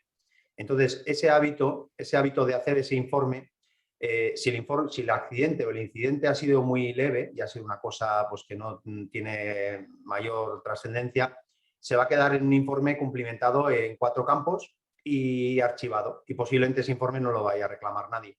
Pero si todos los informes están cumplimentados, todos los incidentes están luego guardados, digamos, con toda esa información, coges ese hábito, no vas a dejar de hacer ninguno. Y es cierto que a veces aquí ha costado un poco hacer entender eso incluso a los propios compañeros, pero hoy es el día que nadie pone en duda que en cuanto llega de un rescate hay que hacer un informe, sea de 2 líneas o sea un informe que requiera bueno, pues luego un soporte fotográfico, videográfico o lo que fuere. Y yo entiendo que la validez de un testimonio, de una valoración de una persona, sea bombero, sea sanitario, policía, estará basada en la cualificación que tiene esa persona. Entiendo que un juez pues, valorará pues, qué formación, qué cualificación tiene esa persona para que esa prueba o ese testimonio tenga mayor o menor peso, ¿no? Al margen de la profesión o a lo que se dedique. Si os parece, voy a entrar yo. Además, Pablo y Íñigo, evidentemente, en el momento en que la parte, vamos a llamarla contraria, recurra un informe hecho por alguien que no tenga el carácter de policía judicial, pues probablemente eso será muchísimo más fácil de tumbar que de otra manera. Nosotros, como dice Pablo, al fin y al cabo, cuando escribimos en todos los casos, pero está la figura de las diligencias de prevención. Es decir, muchas veces no enviamos al juzgado cosas que se hacen porque no sabemos si va a llegar a una denuncia o verdaderamente tampoco queda muy claro que haya avisos de responsabilidad de un tercero, evidentemente, y para evitar el colapso de los juzgados, pues en su día se ordenó que se elaboraran la mayor cantidad de diligencias de prevención, esperando que hubiese alguna denuncia que reclamase esa justicia, ¿no? Y entonces se le remitiera al juzgado todo lo que se hubiera instruido. Muchas veces quedan en unas diligencias muy sencillas, pero siempre intentando tomar la mayor cantidad de datos y sobre todo cuando hay material por en medio, que Ramón además lo sabe, que tiene una investigación muy bonita hecha con una cuerda, pues si no se puede garantizar la cadena de custodia, pues mal va, ¿no? Evidentemente, en aquel caso que comentaba Ramón, pues se intentó por parte de un usuario el denunciar a una fabricante. Fernando, ¿sí? espera, que hay una pregunta específica sobre material y como pues nos conocemos, se la había asignado directamente a Ramón para Ramón. que apunte la batallita. Muy bien. Perfecto. Vale. Venga, Pablo, que tenemos una específica para ti. En cuanto a la seguridad en rutas, me preguntan qué mensajes deberían de ir obligados en los folletos anunciadores de las mismas, ¿vale? Tanto si es un grupo de montaña como si es una empresa. La individualizan para ti, no sé si es algún amigo que la tiene preparada o si no, si quieres, te echamos una mano entre... Esa era para mí, has dicho. Sí. No sé si es un amigo. No sé. Bueno, en principio, mira, quizá algún otro tenga más recursos para contestar a esta pregunta. Yo sí que es cierto, como comentabas antes, que participo en el Comité de Seguridad de la Federación Vasca. Intentamos con la Ertzaintza pues también poner nuestro granito de arena, no solo dedicarnos a hacer la investigación de los accidentes o a rescatar, sino hacer prevención y demás. Bueno, es importante que los datos que aparezcan pues sean datos sobre todo muy, muy claros, ¿no? Y que nos hagan, para mí, a mi entender, que nos hagan hacer una valoración de si somos capaces o no de hacer esa actividad, ¿no? Un poco ese análisis previo que tenemos que hacer cualquiera, sea la actividad que hagamos, porque si a mí me gusta la bicicleta, también tendré que valorar pues, que una ruta la puedo o no puedo hacer en función de las características. Entonces, las rutas, la información que tenemos en los trípticos, en los paneles informativos, muchas veces hay que pensar que quizá es para gente que no esté tan habituada a hacer actividad en el medio natural. Y esa es la gente que posiblemente tenga más riesgo de tener accidentes. ¿No? Es una cuestión que luego quería comentar. La gente federada tiene más acceso a cursos, tiene más acceso a información, a valorar ciertos aspectos antes de hacer una actividad. Pero si la información es clara y la información es buena, a las personas menos formadas les puede ayudar en mayor medida, quizá. No sé si he podido responder a la pregunta. Yo creo que ha salido bien, Pablo, de la pregunta. No sé si Fernando o Ramón quieren aportar algo más. No. Bueno, pues ahora una para los tres, ¿vale? Que además hay varias que van en esa línea, ¿no? Y es respecto al intrusismo, ¿no? Es un aspecto que se comenta mucho en la vida social, ¿no? Los guías de montaña o las empresas se quejan de que hay mucho intrusismo. Los famosos grupos de WhatsApp o grupos a través de redes sociales que organizan actividades, pero resulta que luego al final hay alguien que cobra, ¿vale? Entonces, bueno, desde vuestra labor, no de rescatadores, sino de policía, ¿vale? ¿Cómo actuáis ante eso o cómo puede actuar, ¿no? ¿Qué tiene que hacer un ciudadano que se encuentra en una situación de esas? Bueno, ahí, si queréis, Venga. entro yo, que hace un ratito que os he dejado solos ahí. Bueno, nosotros aquí en Cataluña un poco el trato que se le da a este tipo de actividad sí que tiene un recorrido relativamente temprano, porque se levantaron todo un tema que había a nivel legal con el Constitucional, unos artículos que permitían sancionar y perseguir un poco este tipo a nivel administrativo. Hablamos de intrusismo, aquí hay que ir con mucho cuidado porque podemos entrar en una vía penal o en una vía administrativa. Me remito un poco a la administrativa. A partir de ahí, nosotros ¿qué hicimos? Vimos la problemática esta que comentabas tú, Íñigo, que has visto en la pregunta, que sí que por el volumen de gente que se mueve en la montaña, por el volumen de negocio, el turismo activo, actividad, pues hay, como en todas partes, pues hay gente que hace las cosas bien y gente que no las hace bien. ¿Qué podemos hacer nosotros? Bueno, lo primero que hicimos fue ir a hablar con el órgano competente, en este caso en Cataluña, que era el Consell Català de l'Esport, que es quien tiene la potestad sancionadora e inspectora. Se habilitó a todos los miembros de la unidad de intervención en montaña con esta capacidad inspectora y a partir de ahí, pues, ¿qué hacemos? Inspecciones sí que son bastante quirúrgicas por el volumen de efectivos que tenemos.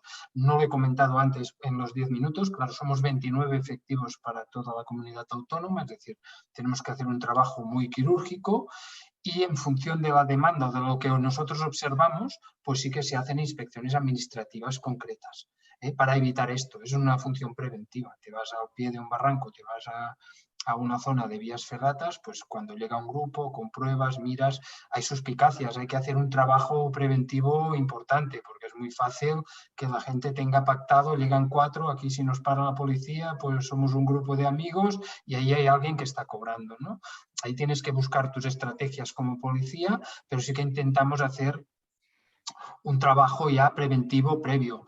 ¿Nos funciona? Necesitaríamos ser bastante más gente por el volumen que hay de zonas, cuando entras en las páginas web casi es mejor no entrar. Más gente, sí. ¿Funciona? Sí, también. Hay una parte preventiva, que es el corre y dile, haces inspecciones clínicas en ciertos sitios y a partir de ahí se corrigen. Desde el año 2019, que se levantaron esos bloqueos que había en el Constitucional y que se permite ahora poder ya actuar y tramitar expedientes, pues hemos detectado que se ha inscrito, por ejemplo, en el ROPEC, en el registro de profesionales, pues ha habido un incremento de inscripciones no exponencial, pero sí muy elevado. Y eso es significativo detrás de las inspecciones que estamos haciendo nosotros sobre el terreno, ¿no? Es otro de los motivos que dices, bueno, ¿la policía es importante? Pues sí, es importante porque hay que corregir cosas, ¿no? A veces no todo el mundo trabaja bien y hace las cosas bien. Y detrás de eso están los derechos del ciudadano. El intrusismo, ahí hay la parte penal, que si tenemos un accidente y empezamos ya con las titulaciones, que no las tiene, que no, las responsabilidades, pues ahí se podría entrar por otra vía ya. No sé si he respuesto un poco, si alguien quiere comentar algo más. No sé, no, Fernando, Pablo, nada. A ver, ¿qué te voy a decir a ti, Íñigo? Pero el mundo del derecho administrativo es algo complejo, ¿no? Nosotros nos estamos metiendo bastante, evidentemente, cuando hay un accidente y alguien ya dice, bueno, pues yo he contratado los servicios de un guía, al final el guía no tiene la capacitación para esto, evidentemente pues hay una denuncia y demás, se hacen inspecciones, pero como dice Ramón, es un poco complejo cuando de repente pues un grupo de 4, hay un guía que no es benévolo, sino que ha cobrado algo de dinero por hacer ese guiaje, no tiene ningún tipo de documentación y está, perdón, de titulación, y está el grupo instruido para decir, en el caso de que nos pare la policía, pues ya sabéis lo que tenéis que decir, ¿no? Y hasta que no, por eso hablaba de que hasta que no somos sujetos pasivos de una de este tipo de responsabilidades, pues nos parece que esto es un juego y no pasa nada, ¿no? Se hacen inspecciones, no salen positivas muchas de ellas, ¿vale? Excepto cuando pues, vemos que efectivamente se está guiando una actividad técnica, vemos que efectivamente hay un guiaje y vemos que no hay ningún tipo de titulación por parte del que realiza el guiaje. Respecto a la diferencia entre el guía benévolo y el guía profesional, no, el falso guía profesional, pues ahí es donde va la perspicacia policial, ¿no? Para intentar descubrir quién es uno y quién es otro, ¿no? Pero sí que es un mundo muy complejo y muchas veces extender una denuncia administrativa sin tener muy claro que efectivamente se está haciendo un viaje fraudulento, pues ya sabes que luego para el denunciado pues es muy costoso salir de ese mundo administrativo, ¿no? Entonces procuramos pisar las cosas con pies de plomo. Sí. Lo que sí que está claro es que ese efecto que provoca, ¿no? la labor de inspección o esa labor de vigilancia que comentaba Ramón Es muy persuasivo, correcto. y funciona en todas las comunidades autónomas, ¿no? Sí, Aquí sí. en Aragón, que esa tarea la hace la Unidad Adscrita de Policía Nacional, se nota. En Comunidad Valenciana lo hace también Unidad Adscrita de Policía Nacional. En Cataluña y en País Vasco sé que lo realizáis Mossos y Ertzaintza. Y se comenta, ¿no? Al final, en este mundillo que poco menos que nos conocemos todos, se comenta, ¿no? De repente, ostras, aparecen empresas o aparecen guías titulados y así de debajo de las piedras, ¿no? Bueno, no dejamos de ser, como decía al principio, ¿no? No dejamos de ser, ya no somos especiales la gente que hacemos montaña, ¿no? Si es que alguna vez lo hemos sido, y ya somos uno más de la pata de la mesa que es la sociedad, con lo cual nos afecta lo mismo que a cualquier otro ámbito, ¿no? Una pregunta que nos hacen desde el GER, el Grupo Especial de Rescate de Día de Vizcaya, que además es una pregunta que a mí me hacen bastante en conferencias y así, ¿no? Es, si yo veo una situación de peligro, veo que alguien está poniéndose, ¿no? Jugándose el tipo, ¿qué tengo que hacer, ¿no? Es mi labor como individuo que estoy ahí haciendo montaña, hacer algo, tomar alguna acción. Es mi labor mía como guía de montaña y se supone con un mayor conocimiento hacer algo. Tengo que llamar a la administración o a quién llamo, ¿no? Llamo a 112, llamo directamente a un grupo policial. Venga, mojaros. Pablo, esta te toca a ti que vienen de tu tierra. Sí, sí, vale, me están tocando las mejores, venga. Bueno, a ver, yo casi un poco sentido común, ¿no? Yo creo que evidentemente ya no solo en el ámbito de la montaña, ¿no? Cuando entendemos que hay un ciudadano, una persona que vemos que está con riesgo de sufrir un accidente o un problema, evidentemente yo creo que hay que actuar más si estás cualificado para ello. Si además perteneces a una administración o tienes unos conocimientos tales que el hecho de hacer caso omiso a esa situación puedas incluso incurrir en una responsabilidad, pues yo entiendo que sí, siempre hasta donde puedas tú llegar, ¿no? Si tú intentas solucionar una situación y hay personas pues, que en un momento dado entienden que no te tienes que meter en ello, pues quizá el recurso pueda ser avisar a través de los sistemas de emergencia, avisar pues a la parte de la administración, sea un grupo de rescate, sea la parte policial, de que hay una situación comprometida. Yo entiendo que sí, entiendo que hay que hacerlo, pero como ciudadano y en cualquier ámbito de nuestra vida cotidiana.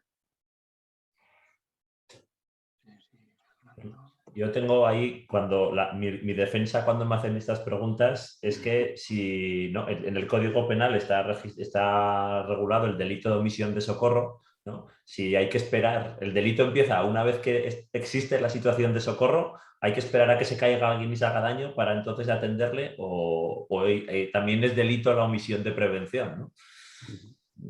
No sé, igual hay que dar una vuelta a ese concepto y pensar, ¿no? Sí, además, yo entiendo que, no sé, habrá que preguntarse a uno mismo, ¿no? ¿Qué pasa si al final tú intentas hacer algo por solucionar y revertir la pregunta, ¿no? ¿Qué pasaría si no lo hago?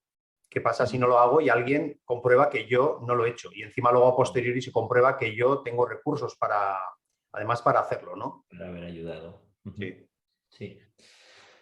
Bueno, esta está dedicada a Ramón porque has hablado varias veces de lo de la coordinación, pero en realidad os afecta a todos, ¿no? En otro ámbito, porque el Chancha también trabajáis conjuntamente con los parques de bomberos de las diputaciones, ¿no? Creo que son en el País Vasco, y Guardia Civil, que al final tiene presencia en todo el territorio, pues también le toca coordinarse con otros grupos, ¿no? Y la pregunta es esa, que cuando hay, como en una comunidad específica en Cataluña, pero bueno, es extrapolable a otras, ¿no?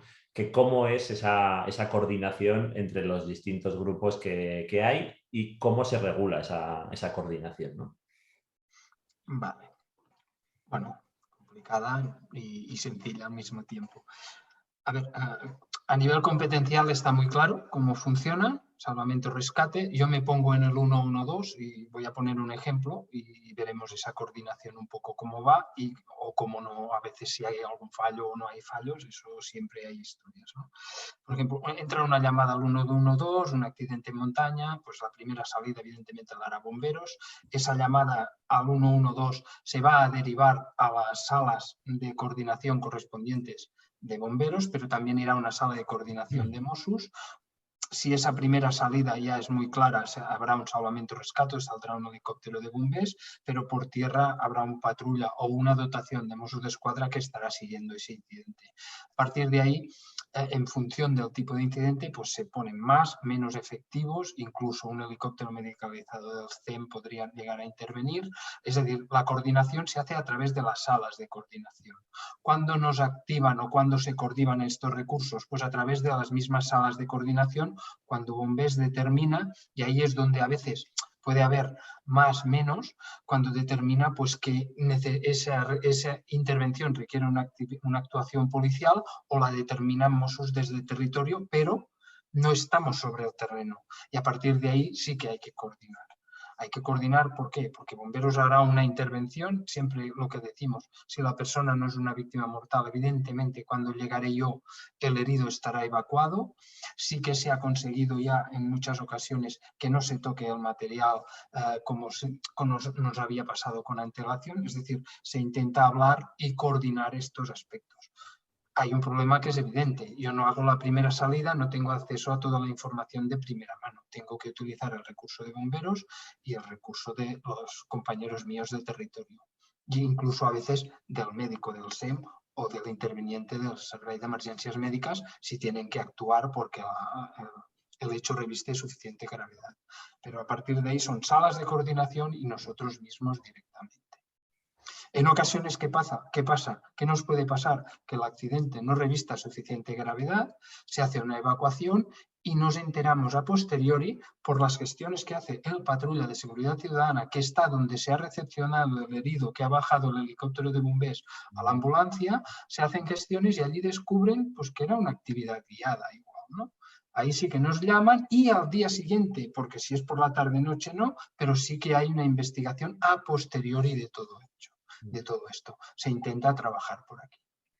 Creo que ahí ¿no? has dado, Ramón, en el clavo de algo que también ponía en la presentación inicial, ¿no? Que la importancia de vuestro papel es la inmediatez, ¿no? Evidentemente, un informe, un atestado, una interrogatoria posteriori va a funcionar, pero con inmediatez esa obtención de pruebas, de datos, de información es mucho más precisa y al final es salvaguardar los intereses, ¿no? Ese derecho a la seguridad, a la vida y a la integridad física que hablábamos al principio de las víctimas, ¿no? Que ya hay que empezar a considerar que una víctima de un accidente en montaña no es los locos de los años 60, sino que es una persona que está comprando un producto que es hacer un barranco, hacer una esquiada, hacer un paseo en raquetas, hacer un bautizo de submarinismo, ¿no?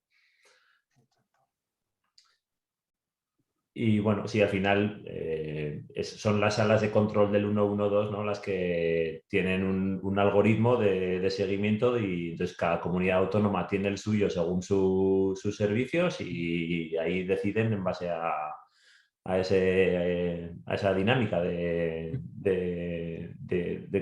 existencias, ¿no? que haya en cada una. Una pregunta interesante porque, bueno, en estos sitios que al final casi no, la gente lo que está pidiendo, y con razón, es pedir información, pero tenemos una que es muy importante y es ¿qué pueden aportar los montañeros, ¿no? ¿Qué podemos aportar los montañeros, los clubes de montaña, las federaciones? ¿Qué podemos aportar a los grupos de rescate?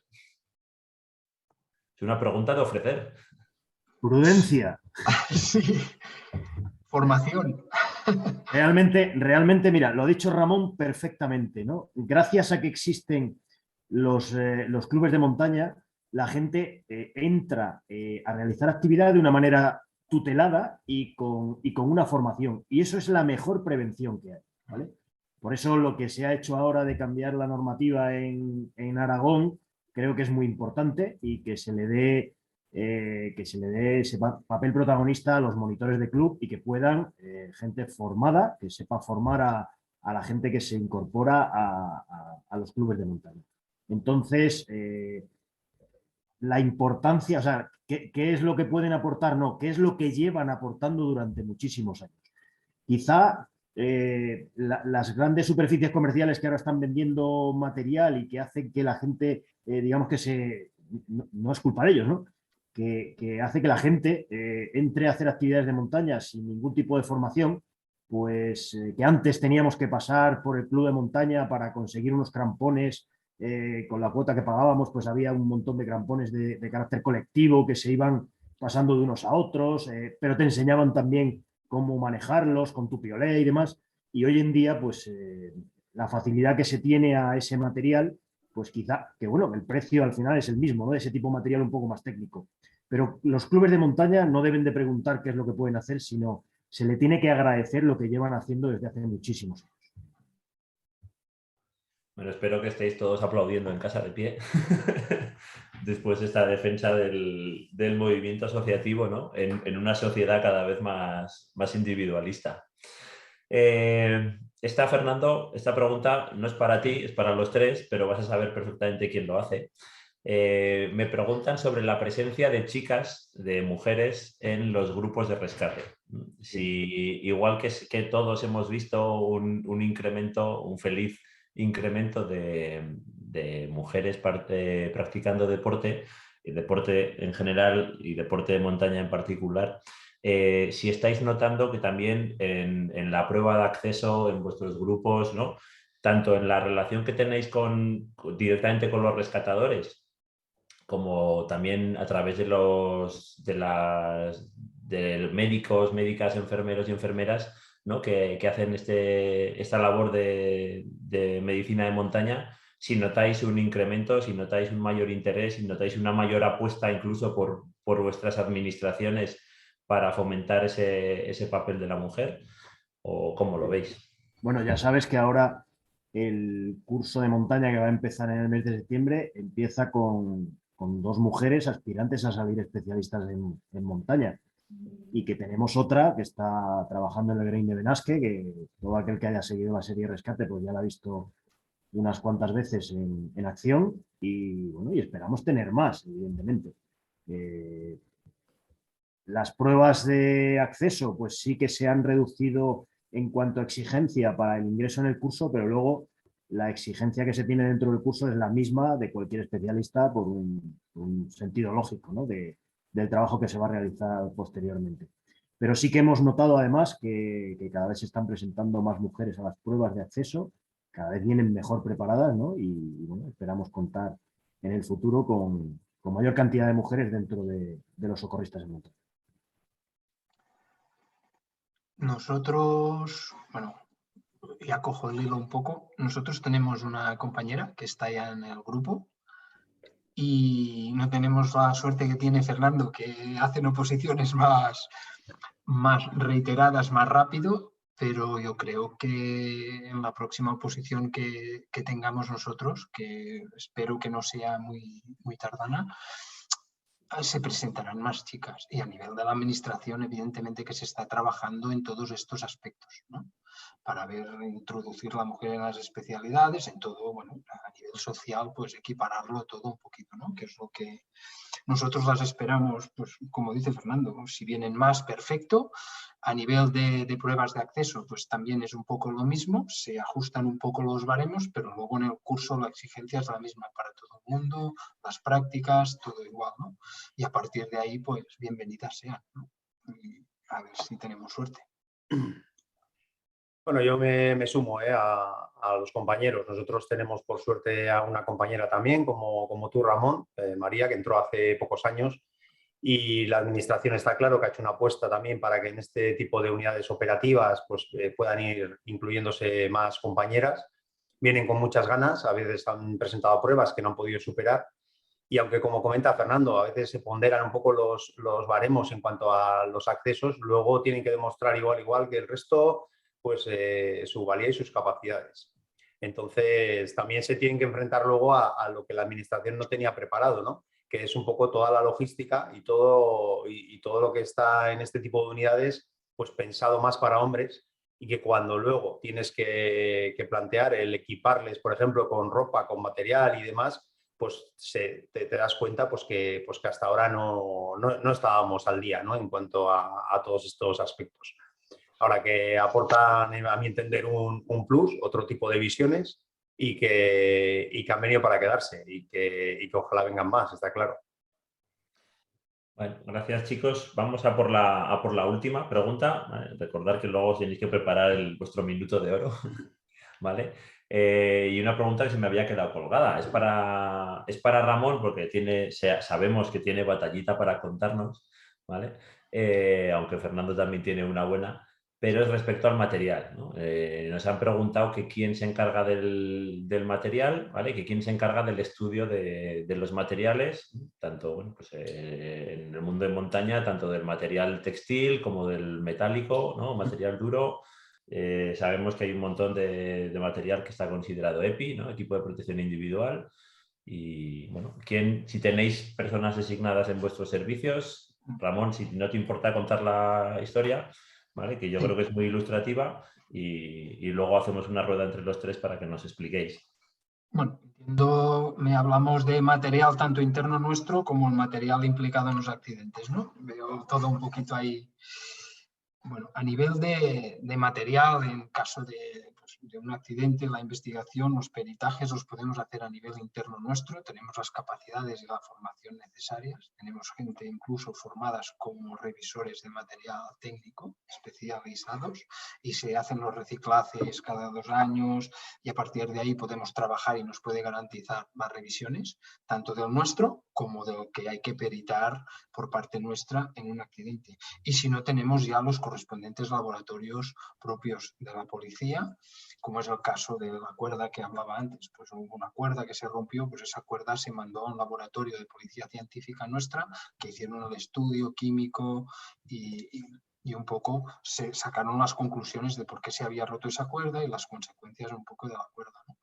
El material EPI a nivel nuestro yo creo que los compañeros me lo confirmarán, es un material, es complicado gestionar el material en unidades especializadas de este tipo, sobre todo si hay grandes cantidades de material, es un uso continuo, un desgaste continuo, sí que hay que tenerlo muy controlado, sobre todo fechas de fabricación, en las partes textiles, pues un seguimiento, unas revisiones periódicas. Todo esto es complicado, pero tenemos que tenerlo. Caducidades, eso ya es evidente. Y a nivel de accidentes, pues se va a mirar un poquito lo mismo, ¿no? Se mira la caducidad, si era una actividad guiada, pues vas a mirar, por ejemplo, tuvimos un accidente en una vía ferrata, se rompió un arnés, se fue a comprobar ese arnés, pues al final acabó con una posible investigación de una persona que había alquilado ese material por una imprudencia, y aparte un tema administrativo, ¿no? Y el peritaje lo hicimos nosotros, hicimos las comprobaciones, se manda al juzgado, e incluso a veces para comprobar el estado de un material técnico, por ejemplo un arnés que se rompió de trabajos verticales haciendo puenting con unos chicos, pues se fue al fabricante, en este caso no era el fabricante sino al distribuidor, se cogieron diversos arneses nuevos y se mandaron al juzgado junto con el atestado, el informe técnico y el arnés roto, los nuevos, por si se determinaba a nivel judicial hacer unos peritajes de carga, unas pruebas de carga, todo esto. Es decir, hay un trabajo, no sé si estoy respondiendo un poco lo que querían, pero va un poquito por allí, ¿no? Vale. Pablo. Vale, bueno, yo también comentar, como Ramón, y entiendo que también Fernando, nosotros también nos apoyaríamos por parte de la unidad de policía científica en caso de necesitar pues cualquier peritaje, ¿no?, de materiales.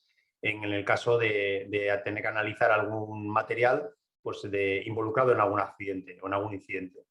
Luego, a nivel interno, estamos en un proceso de mejora, porque nosotros, para que os hagáis una idea, casi somos a veces un poco referente para otras unidades de la Ertzaintza que también utilizan mucho material de seguridad, ¿no? Puede ser unidad de subsuelos, la unidad de intervención, caninos y demás.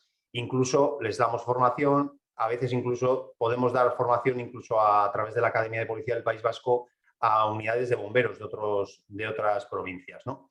Entonces, es obligatorio para nosotros estar al día en ese conocimiento de las revisiones de los EPIs, y en ese sentido yo me estoy peleando para que podamos formarnos, digamos, de una manera oficial para poder hacer ese seguimiento, para poder llevar esa trazabilidad de todos esos materiales que, como dice Ramón, son muchos, son muy delicados y que sí o sí es obligatorio llevar un control específico sobre ellos. Y que eso nos salpica pues, hacia el resto de la Ertzaintza, y que sobre todo somos los primeros en que tenemos que dar precisamente ese ejemplo de llevar las cosas como hay que llevarlas, de cuidarlas como hay que cuidarlas, para luego, pues, a la hora de exigir, podamos exigirlo con garantías. Voy yo. Venga. Bueno, en cuanto al nivel judicial, lo ha explicado perfectamente Ramón y Pablo, o sea que queda claro. Y en cuanto al nivel interno, nosotros ya sabéis que en el año 2013 tuvimos un accidente mortal que no estaba específicamente relacionado con deficiencia del material, sino con digamos, un mal uso del mismo. Nos volcamos en el esfuerzo de tenerlo todos los EPIs con su marcado CE, y hemos mandado a alguna casa fabricante a personal nuestro para hacer un curso de formación sobre la revisión de EPIs, y posteriormente en cada unidad hemos formado a un componente, y próximamente tendremos otro segundo componente para realizar las inspecciones. En cuanto a las inspecciones del material, tenemos 3 escalones, digamos, cada uno debe de revisar en primer lugar su material con respecto a las instrucciones que se le da. En un segundo escalón estaría ese encargado de material de la unidad, que valoraría si hay algún material que hay que retirar por deficiencia y para solicitar su baja. Y un tercer escalón que está en la Jefatura del Servicio de Montaña en Jaca, que en el caso de que haya alguna duda, pues se remite allí el material. ¿Cómo hay que hacer las compras de material? Pues con 1 o 2 años de antelación, todos los expedientes de compra, lo que se hace es tener una base de datos que vaya avisando qué material va a caducar en 2 años para poder efectuar las compras correspondientes y que no llegue nunca al tiempo de caducidad los EPIs, sobre todo de carácter textil, ¿no? Que tienen casi todos 10 años de caducidad. Básicamente es la manera que tenemos de controlar el material a nivel interno. Y ya os digo que lo que ha explicado Ramón creo que es lo que hacemos todos cuando nos encontramos con un accidente en el que sospechamos que el material ha podido ser alguna de las causas de que se haya producido. Vale, pues chicos, gracias por estar aquí. Tenéis 1 minuto o 2 cada uno, ¿vale? Para, bueno, despediros, hacer un resumen, contar lo que se os ocurra, ¿vale? Y ya me tocará a mí luego cerrar la jornada. Bueno, si os parece, empiezo yo por orden de actuación. Creo que queda claro que ese carácter romántico de la montaña, del compañero que te llevaba al monte y que a lo mejor pues cometía algún tipo de imprudencia y al final acababa en un accidente por tu parte, pues se acabó hace ya muchos años. La gente cada vez pues tiene más claro que se deben de exigir responsabilidades cuando pasa algo. Recuerdo hace pocos años que un montañero conocido dijo que era una pena que el derecho entrara en la montaña, pero como has dicho tú, Íñigo, al final formamos una parte de la sociedad y está claro que es importante que los accidentes se investiguen. Y como hemos dicho, empezamos el siglo XX con rescatadores, lo continuamos con rescatadores y helicóptero, lo terminamos con rescatadores, helicóptero y sanitario, y creemos que el rescate de calidad del siglo XXI, además de estos 3 componentes, debería de ser investigado por si hay algún tipo de responsabilidad.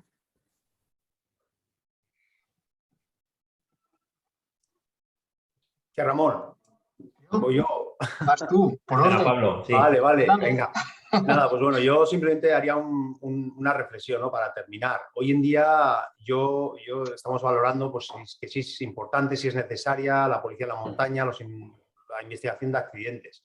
Hoy en día no nos cuestionamos que se investiguen los accidentes de tráfico, que se investiguen los accidentes laborales.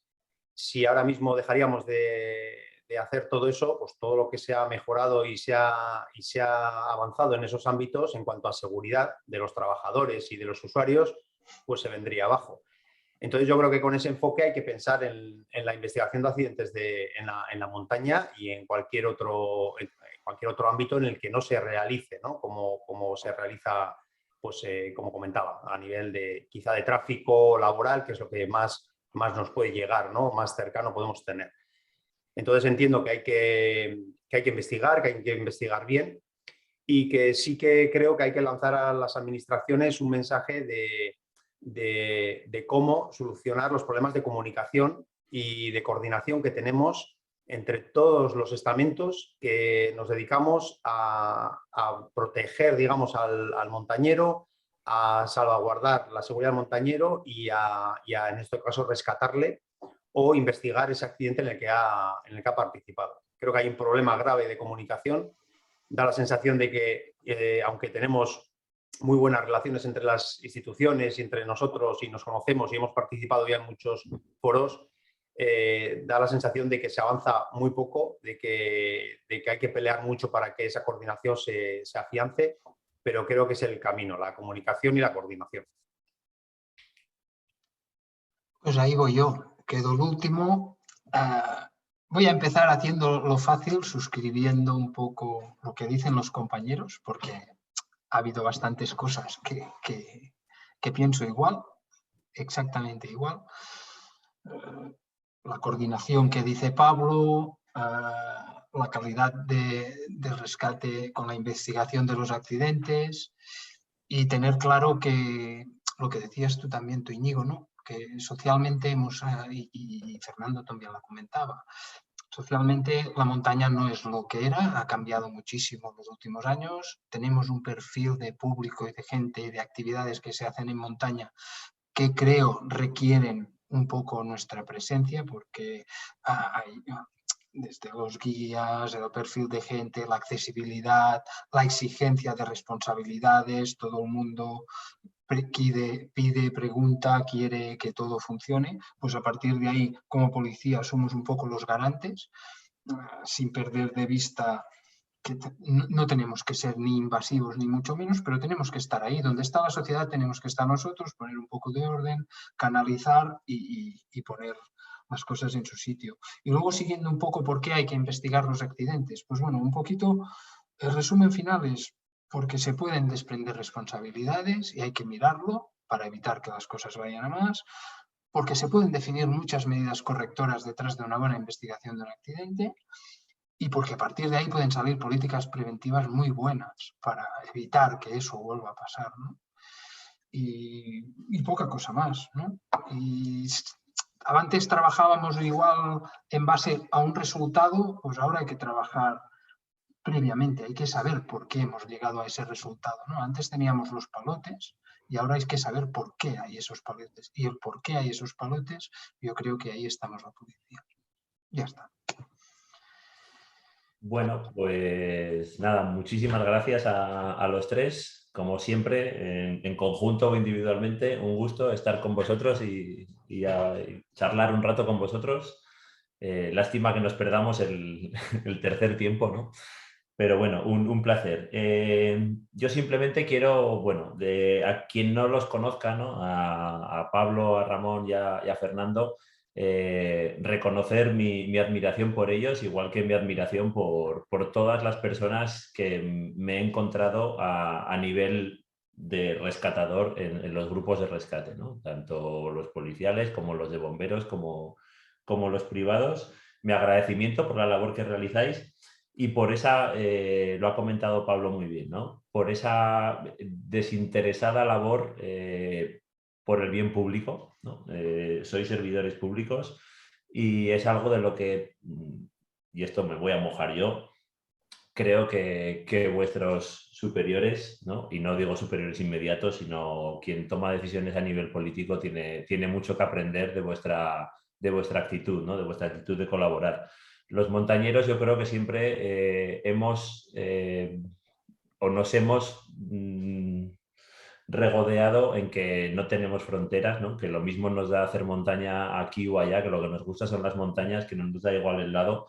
Y esa coordinación que decís, pues muchas veces, y yo por desgracia que la vivo más a menudo, se nota y se confiere.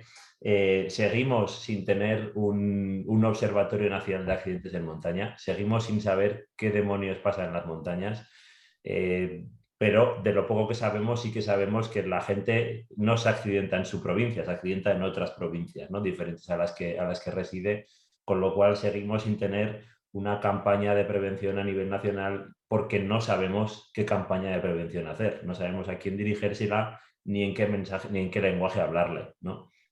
Llevamos estos años post pandemia, llevamos todos, lo decís, lo habéis dicho todos los grupos de rescate cuando nos hemos juntado, el boom del acceso a la naturaleza de un montón de gente con la mejor voluntad que tiene que seguir saliendo a la montaña porque será una sociedad más sana en todos los sentidos, tanto física como psicológicamente, si salimos más a la montaña, si aprendemos más de los valores de la montaña, pero no sabemos cómo transmitirles el mensaje.